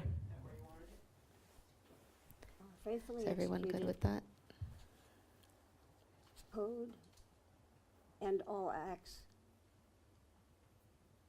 of the city, no, subject to enforcement. It goes down there, are faithfully executed, goes after subject to enforcement. Anything that has to be enforced is executed by the city administrator. It's done so by the city administrator or employees that he passes the task off to. So it just needs to go down to after enforcement. There. See what I mean? Okay. Anything else in 70303? 70304.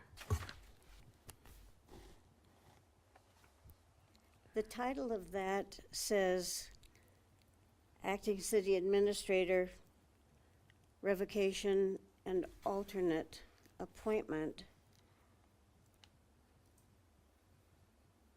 But I don't think those two things are in that section. Revocation and alternate appointment.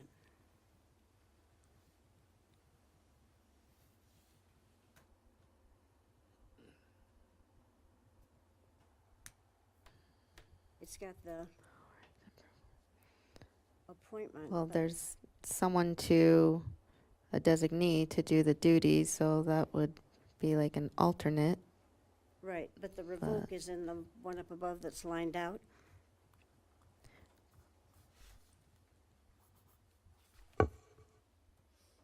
The mayor may revoke such designation.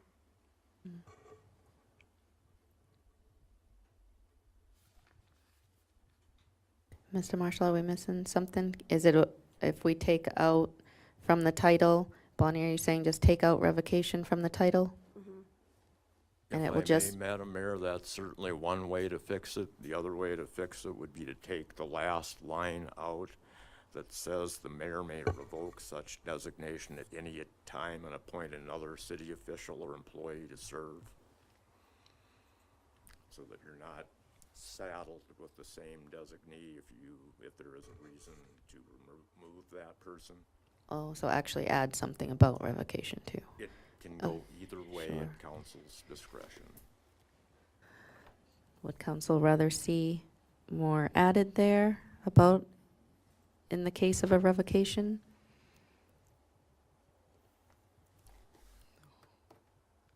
I think a title change would be the easiest. Certainly easiest, yes. But the discussion last time, I think, was that the council didn't see a need for the city administrator to make that appointment, that if the city administrator were absent or incapacitated, that they actually wouldn't be the one to. I mean, that was taken out last time for a reason. Okay, so we'll just change the title then. Was taken out so, because the mayor would make that appointment at that point. Okay. From the title. Okay, 70305.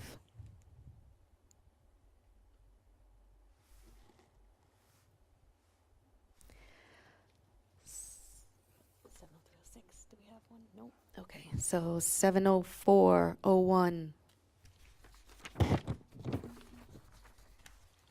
70402.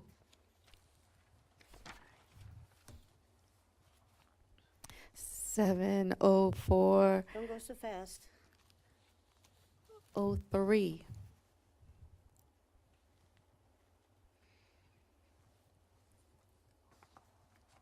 70404.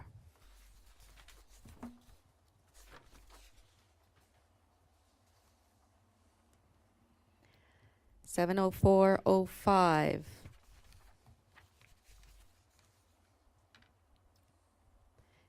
70406.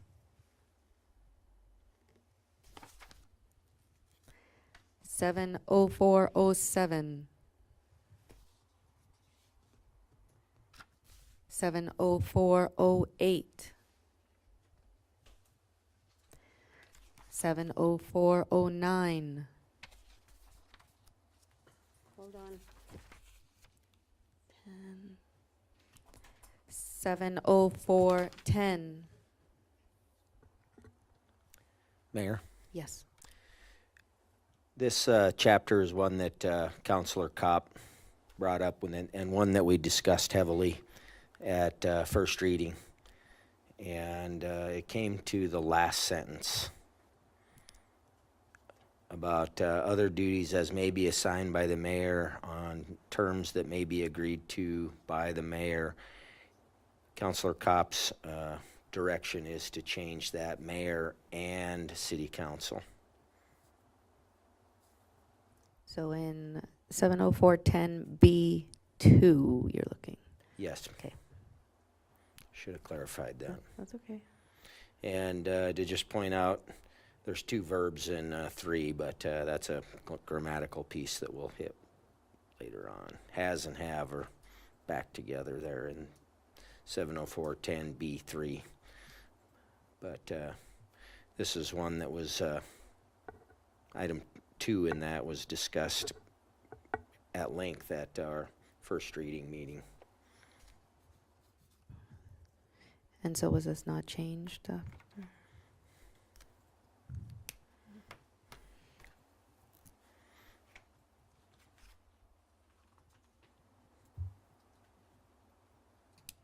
I would agree with that.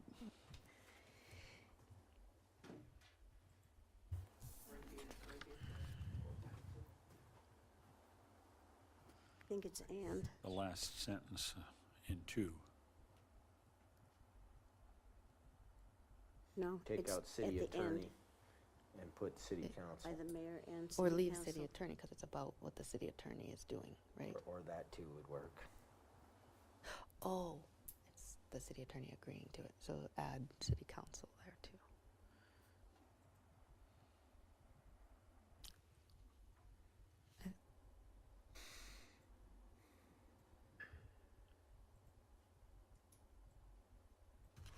What page is that on, Deb?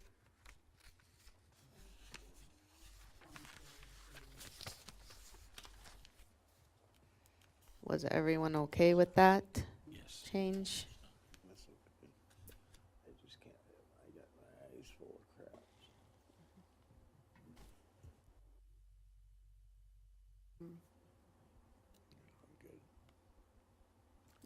Not to All kick right. up a hornet's nest, but I think those special duties are something to which the city attorney must agree as well.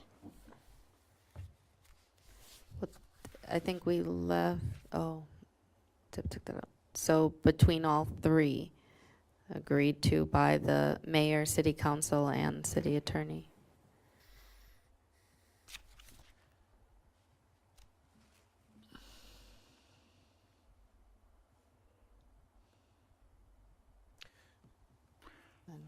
So how do we, I mean, again, the hornet's nest, I mean, there's no other department that gets to agree whether or not they do their job duties. But this is imposing additional duties. And I don't think any department head has an obligation to perform additional duties unless the department head agrees to those, unless they're part of his or her job description or specified in the code.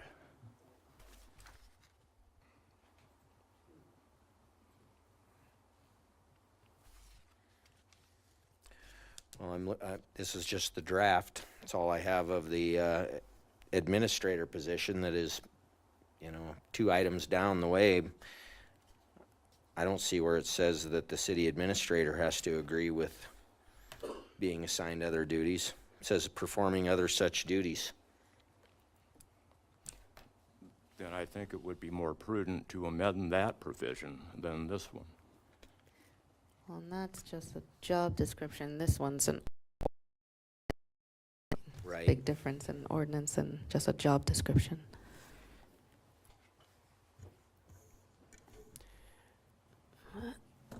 My take on this addition is that's the only way that the legislative branch can get legal support.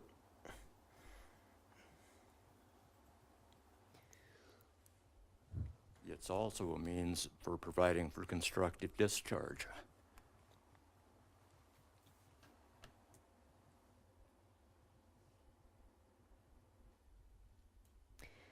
Any other input from council on?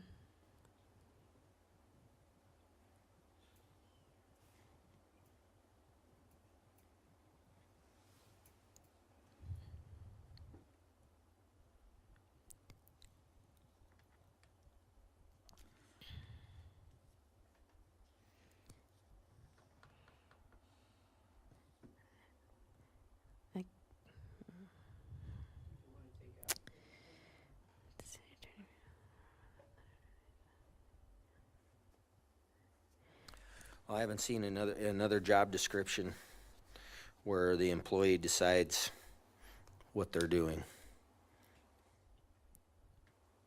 All right, I guess the more I read this, the more I'm understanding Mr. Marshall's point where this is ordinance, the job description, like say the city attorney's job description, if it just says other duties.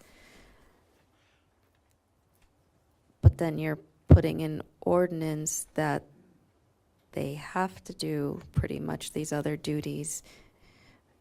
It almost seems like if the mayor and city council say so, but since there are 3 parties involved, I don't know. It does say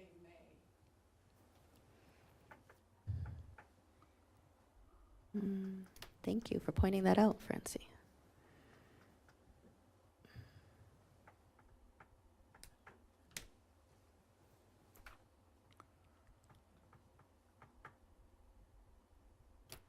Does that change things, Mr. Marshall, since it's a May? I will not horribilize. It seems as though the comments? city council is simply ensuring that they have input in that direction, which they should.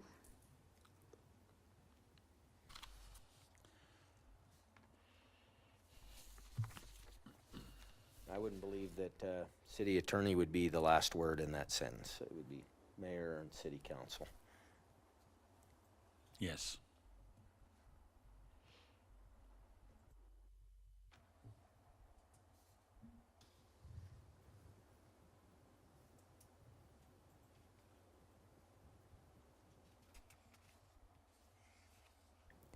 Okay, we done with that one?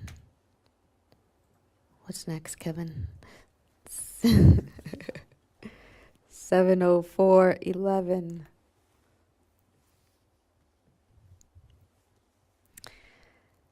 Seven 70412.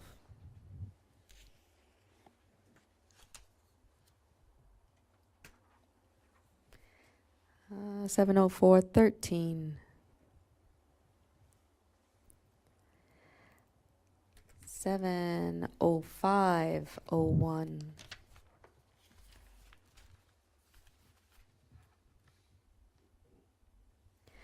70502.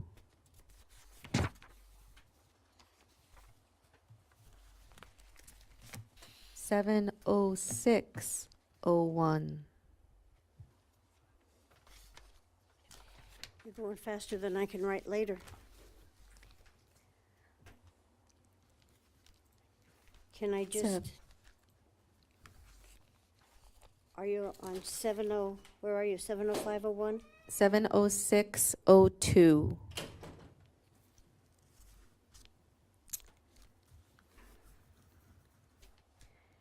Seven oh six oh three.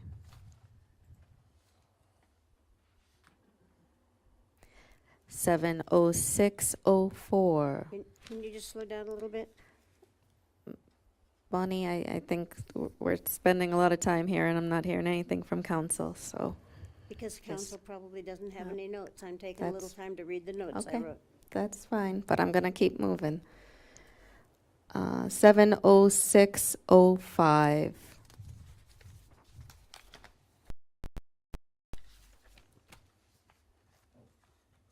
Seven oh six oh six. 05? Okay. I have a really quick question. Sure. Why are A, B, C, D, and E in italics on this item and not on any other item? What's the reason A for the change? typographical It's error. typographical. Okay, Yes. thank you. Thank you. 70606.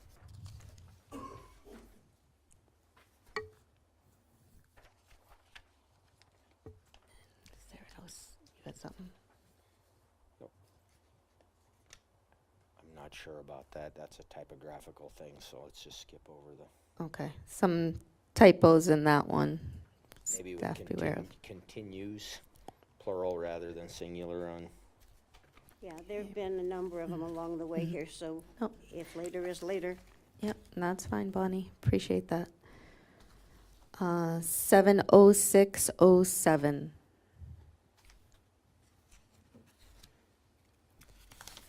Seven oh six oh eight. I'd have a question about why we changed will to may at the beginning of the second paragraph in 706.8.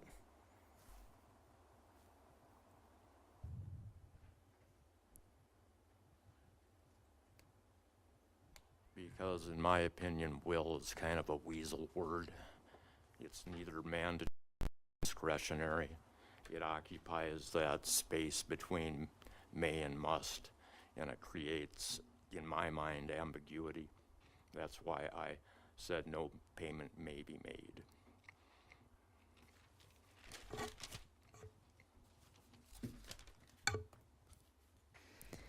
All right, and that doesn't affect much there, so. All right, 70609.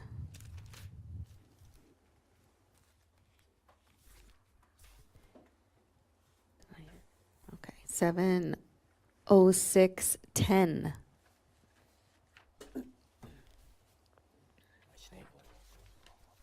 That's okay. 70611. 70701.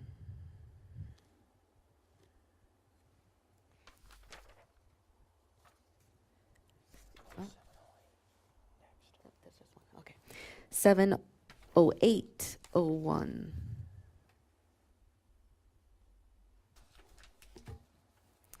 70802.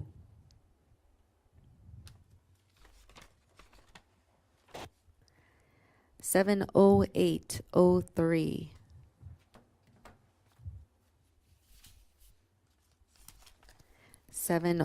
70804.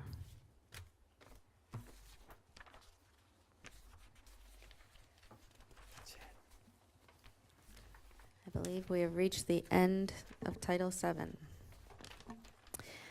I guess I will remind anyone, I mean, there can still be a little discussion, but I'll remind anyone if you're ready to make a motion and there are, grammatical things that you want to make sure, or punctuational, you can say that in your motion, so. I'd like to ask Kevin a question, because I've lost myself here. The part that had budget pieces in it, there was a piece in the budget that I thought was, and I can't find it right now, but it had to do with what I'm trying to think of and what I'm trying to find, and maybe it's in a different place than this, is the one that says, after you had your conversation about budgets and staying within your budget, that you could overrun a line item if you thought you could make it up before you had to pay the bill. Yes.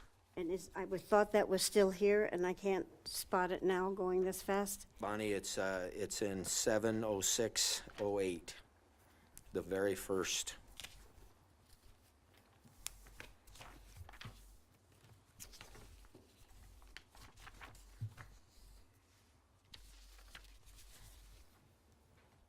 And not overspend their budget. Okay, but I thought that there was a place that I saw that it turned around and said, but you can exceed your budget if you think you're gonna make it up before you have to pay the bill. And I thought, that doesn't, The language, it's incongruent. Do you know what I'm talking about, Mark?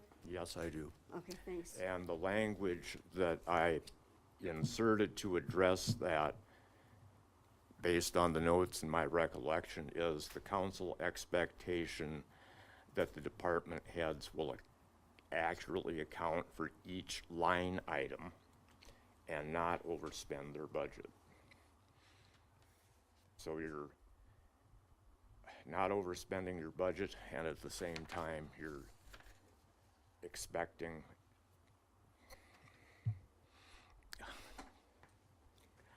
Okay, adherence to the line item, faithfulness to the line item. and I found what was bothering me in the interpretation, that one that says, no payment may be made or obligation incurred against any allotment or appropriation except in accordance with appropriations duly made, and unless the mayor first certifies that there is a sufficient encumbered balance in such allotment or appropriation, and that sufficient funds are or will be available to cover the claim or meet the obligation when it becomes due and payable. So you can overspend if you can beat the check to the bank, is what it's saying, in essence. I mean, do we want to say you have to stick to your budget and then turn around and say you can have a bake sale?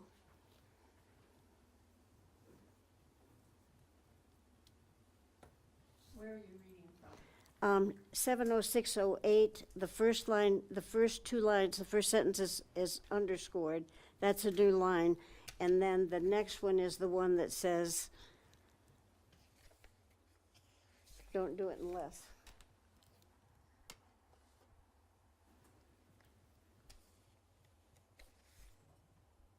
If I may, Madam Mayor, Yes. this contemplates circumstances where you're expecting tax revenue, property tax revenue, sales tax revenue, and you have obligations you have to pay, and you know that you're going to get your sales tax to cover it. Ultimately, all responsibility for overspending budget falls to the council, because it is the council that every council meeting approves those checks.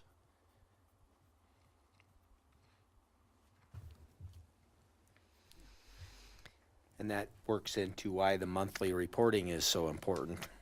In items like the sales tax collection, that, you know, for $43,000 short, we had a balanced budget before that.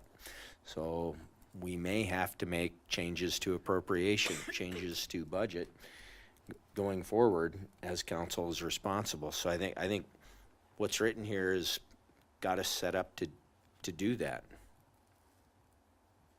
And thank you, Councilor Forrester. Yet, I was not the one who initially put together the budget component of these ordinances.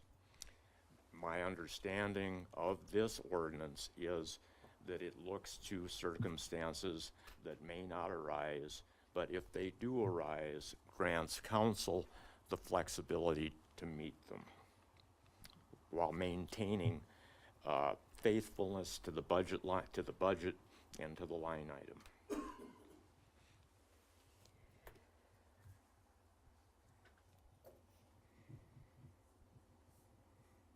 Is everyone good with the way that it reads? Okay. All right. I'd certainly be willing to make a motion if we're to that point. I believe we're to that point for motions. Second. Make a motion that we approve second reading of the Title I and Title VII revision. I guess, what are we calling it? Let me make sure I form this right. Ordinance 2024-07 as amended today, with spelling and punctuation to come in the future. And 20. The two of them are in the one. Oh, let me amend that before nobody seconded it. So yeah, I make a motion to approve ordinance 2024-06 and 2024-07 with the amendments as discussed tonight, and acknowledging that further punctuation will occur.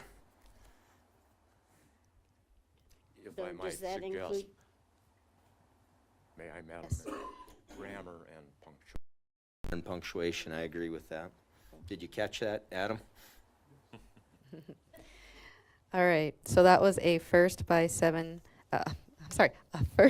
Kevin to approve the second reading of ordinance 2024-06 and ordinance 2024-07 with all the discussed changes, as well as any necessary changes in punctuation and grammar.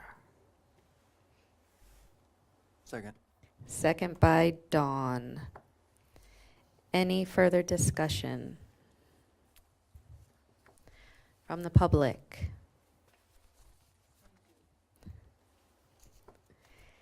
Okay. May I make one comment? Yes, please. Not to derail the conversation, but at that meeting I missed, I presented a whole raft of find and replace changes involving the city manager and city mayor.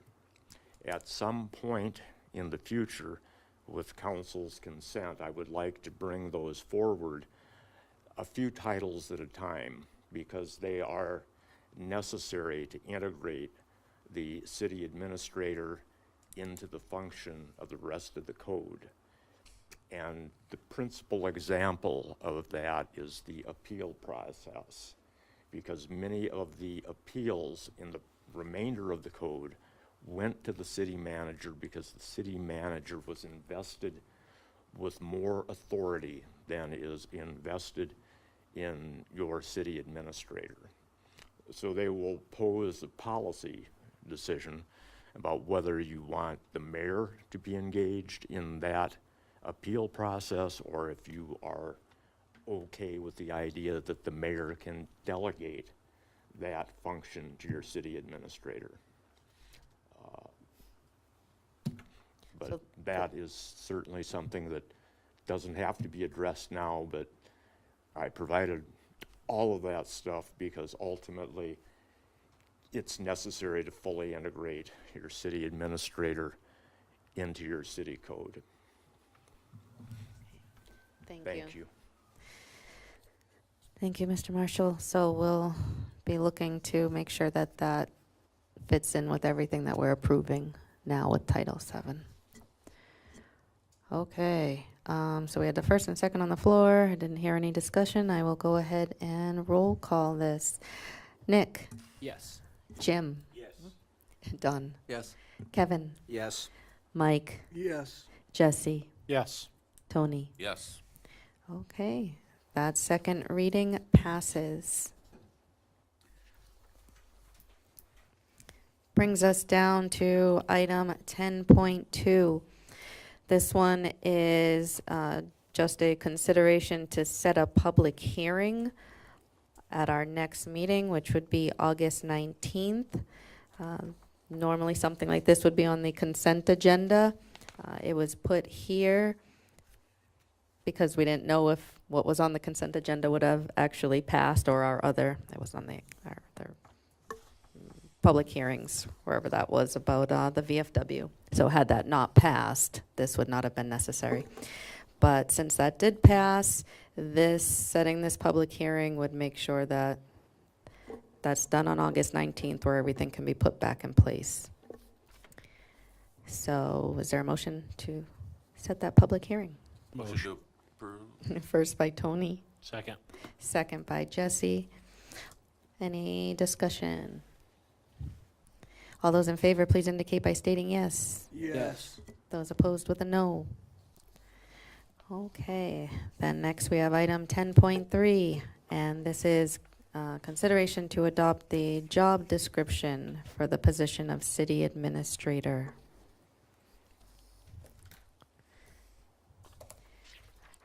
There any questions, comments, concerns, changes? Mayor? Yes, Kevin. The only thing that I see that's missing is a review process and timelines. A review for, like them giving other employees reviews or their review? Because I'm wondering if that belongs in the job description. If it's them giving other people reviews, maybe, but I don't know. Their review belongs in their job description, does it?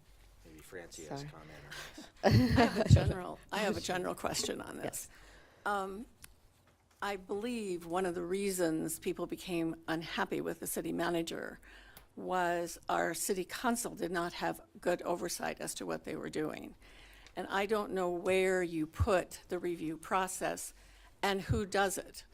I believe with department heads, they review their staff, but who reviews the department heads?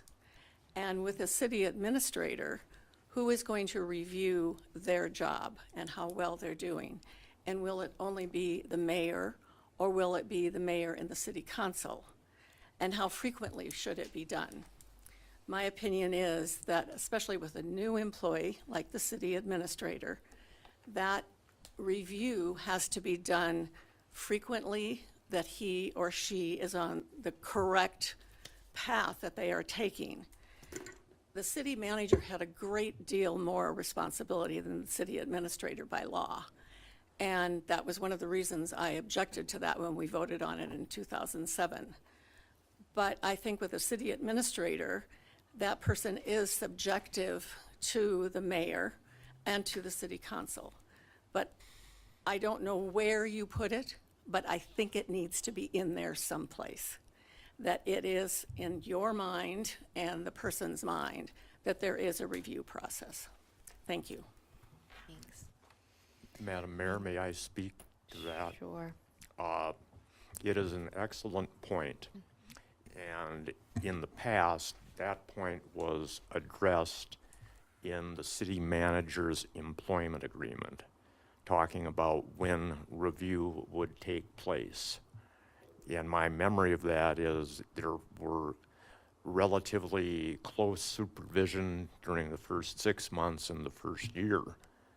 So one way to address it, and I would certainly defer to Lisa as the employee relations person, is in the employment agreement, which opens the second can of worms. Does council want to entertain employment agreements for other department heads or adopt in the policy manual a review procedure for those department heads? Because the department heads, like the city administrator, should have similar review positions because they in effect serve at the pleasure of the mayor and can be discharged by the mayor with the providing the reason to the council. So there would be, I think, a common sense reason to say that they should have similar review provisions.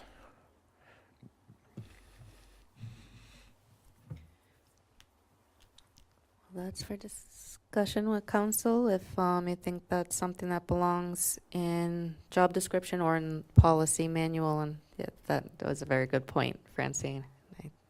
I don't think anyone can disagree with you there. Um, Madam Mayor, yes. when I was in Aberdeen under the mayor commission, I received a yearly evaluation from the mayor as a department head. All the department heads received a yearly evaluation from the mayor. So I think that would be, like Mr. Marshall said, each department head plus the city administrator. And so then put probably in policy, somewhere would probably be the Say best. Policy seems Yes. like If I may again, rising to the top of my list is the review of the policy manual as well, which contains lots of city manager references and some other areas where need to be developed. And this can find a home there if you so please, or it can find a home in the contract, just as long as it has a home. I would think in the policy, just so it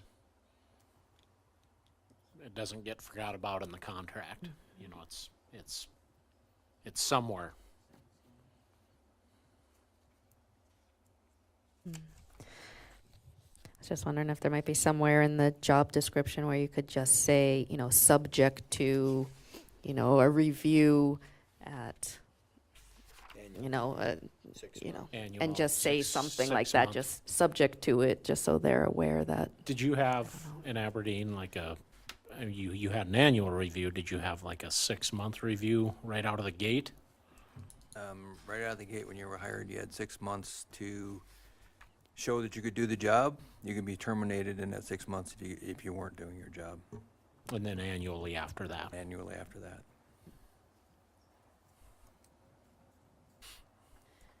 Maybe there can be something that just says, subject to performance reviews. I don't know. In the job description, if we chose to put it there too, just so. So they were aware. Yeah, nothing prohibits the mayor or council for doing a performance review at any time they may have concerns about performance. If you want to put it in the job description, I would recommend you put it, the position shall be supervised and directed by the mayor with annual reviews or with periodic reviews as required. Oh, It's just periodic kind of, reviews, yeah, that's a good. You know, if you're having performance issues, you're going to do it more often. If your annually is sufficient, if they're doing good. Okay. Under relationships at the end. Did everybody like that in the job description? Okay. Thanks, Lisa.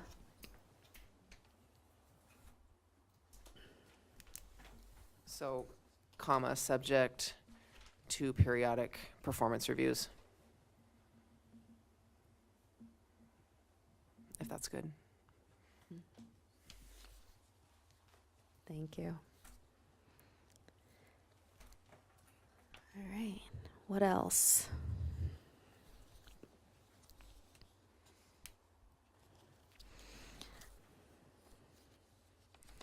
I guess my little thing, I mentioned it before, where it's just a little confusing to me, whether we're requiring all of these and/or under the knowledge, skills, and abilities. Are we requiring a master's degree or a bachelor's degree in those things? Are we requiring a master's degree in those and a bachelor's in those?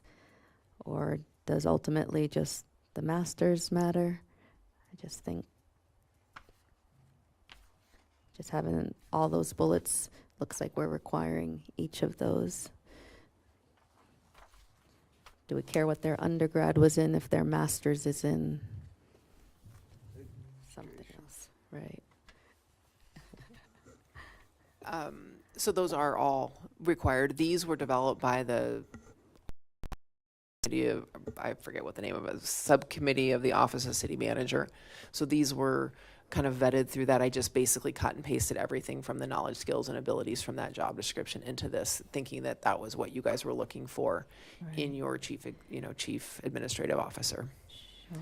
But you have leeway. Your opinion as an HR person, I mean, does that seem a little?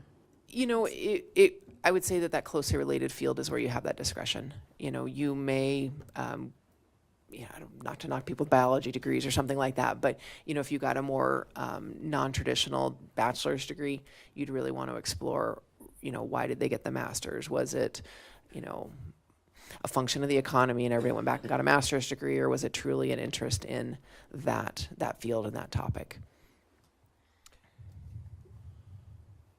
Mayor, under the knowledge and skills, actually, there is a reference to city manager in that. Do we want? Yeah, I'll update that. I didn't realize that was in there. I'm sorry. I didn't catch it earlier either. No, we've reviewed this one a few times, but yeah, I'll do a finer place, make sure there's no manager references.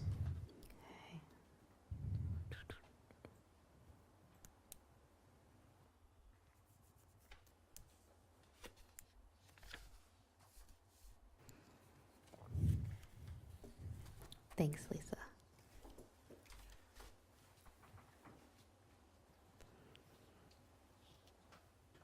Is that it? Yes, because this would be to adopt this as the job description.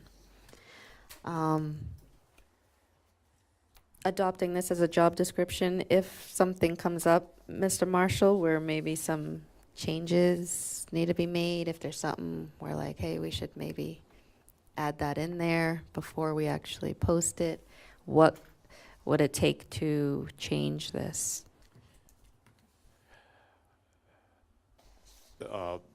You can change it by resolution.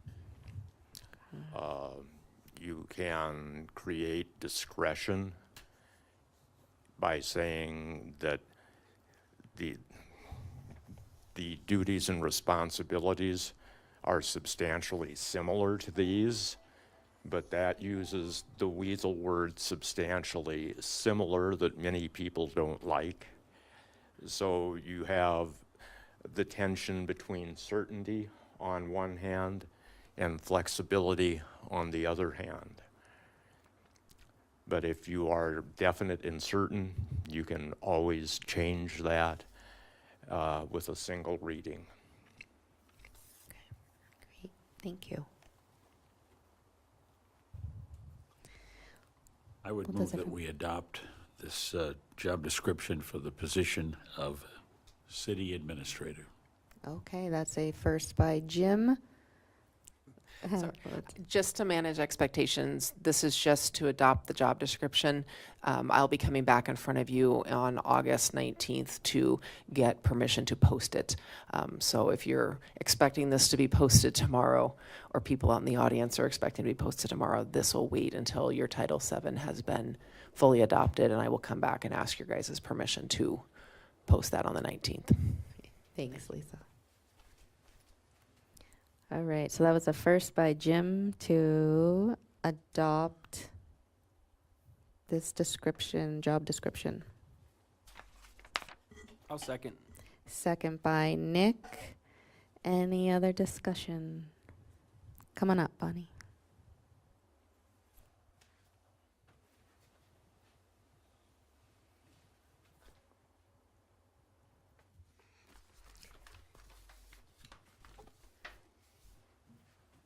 And again, this might be for later, but it appears again in the job description that the administrator is executing his employees, so we want to be sure and flip that.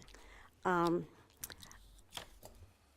the other one had to do with knowledge, skills, and abilities, and pretty deep down in that is the ability to provide strong leadership for economic development, financial management.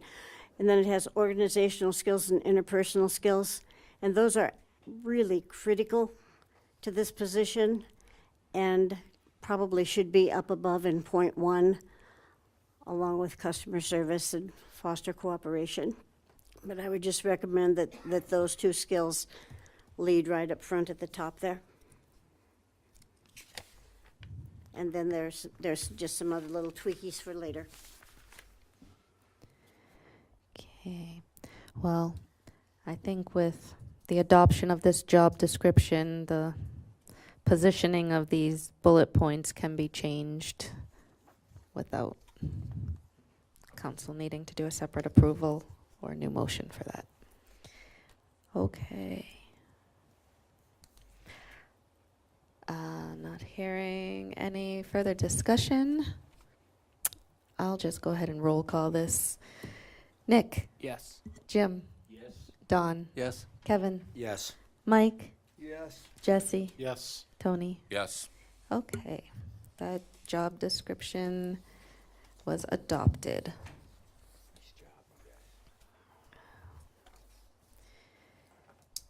Up next, we have item 10.4, which is another one of those, consideration to set a public hearing. It's also for that VFW to put things back in the right place after rally.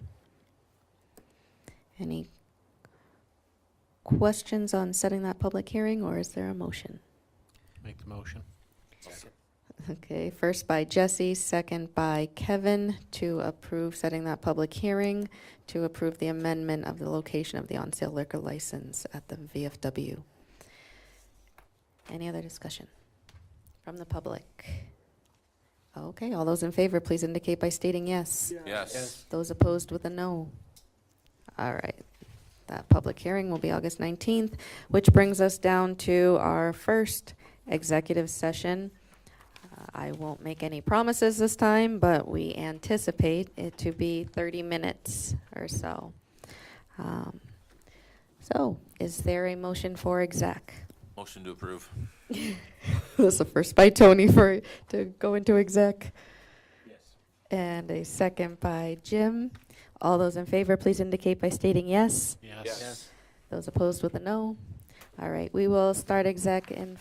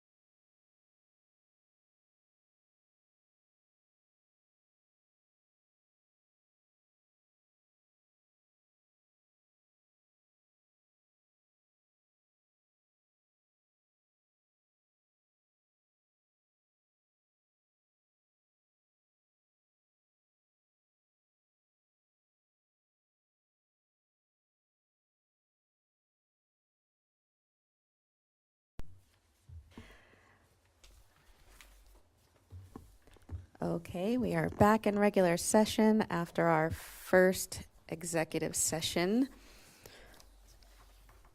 Up next, we have item 13.1. This is consideration to approve a marketing agreement with the Black Hills Half Mile AFT Race and Series.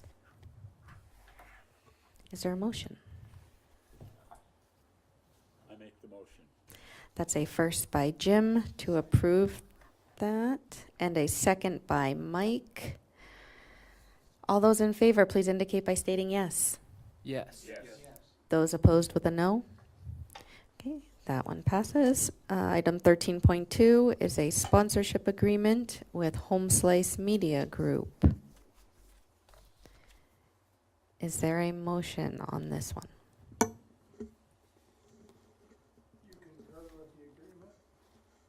Yes.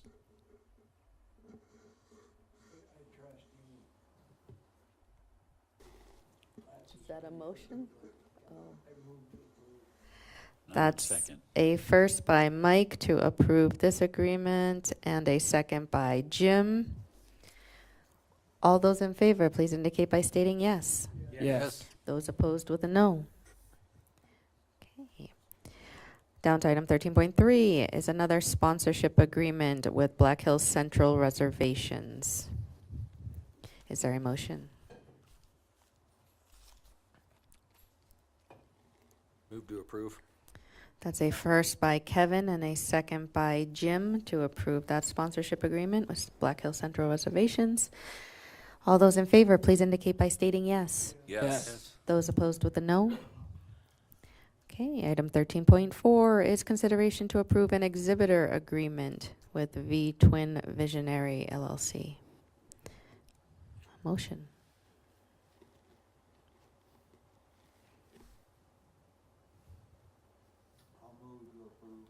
I'll second. That's a first by Mike and a second by Nick to approve that exhibitor agreement with V Twin Visionary LLC. All those in favor, please indicate by stating yes. Yes. Those opposed with a no. Okay, that one passes. On to item 13.5. This is consideration to approve a sponsorship agreement with Beef Logic, Inc. Is there a motion? Move to approve. That's a first by Kevin and a second by Jim to approve the sponsorship agreement with Beef Logic, Inc. All those in favor, please indicate by stating yes. Yes. Those opposed with a no. Okay, that passes. Which brings us down to our second and final executive session, which there is also a need for. Is there a motion to go back to exec? Make the motion. That's a first by Jesse Second. and a second by Dawn to go back in exec. Is everybody good, or do we need a little break before? We're good? Okay, we're going to go in exec right now. Or what? Oh, nope, no action expected after this executive session. Okay, we'll wait 2 minutes to go into exec.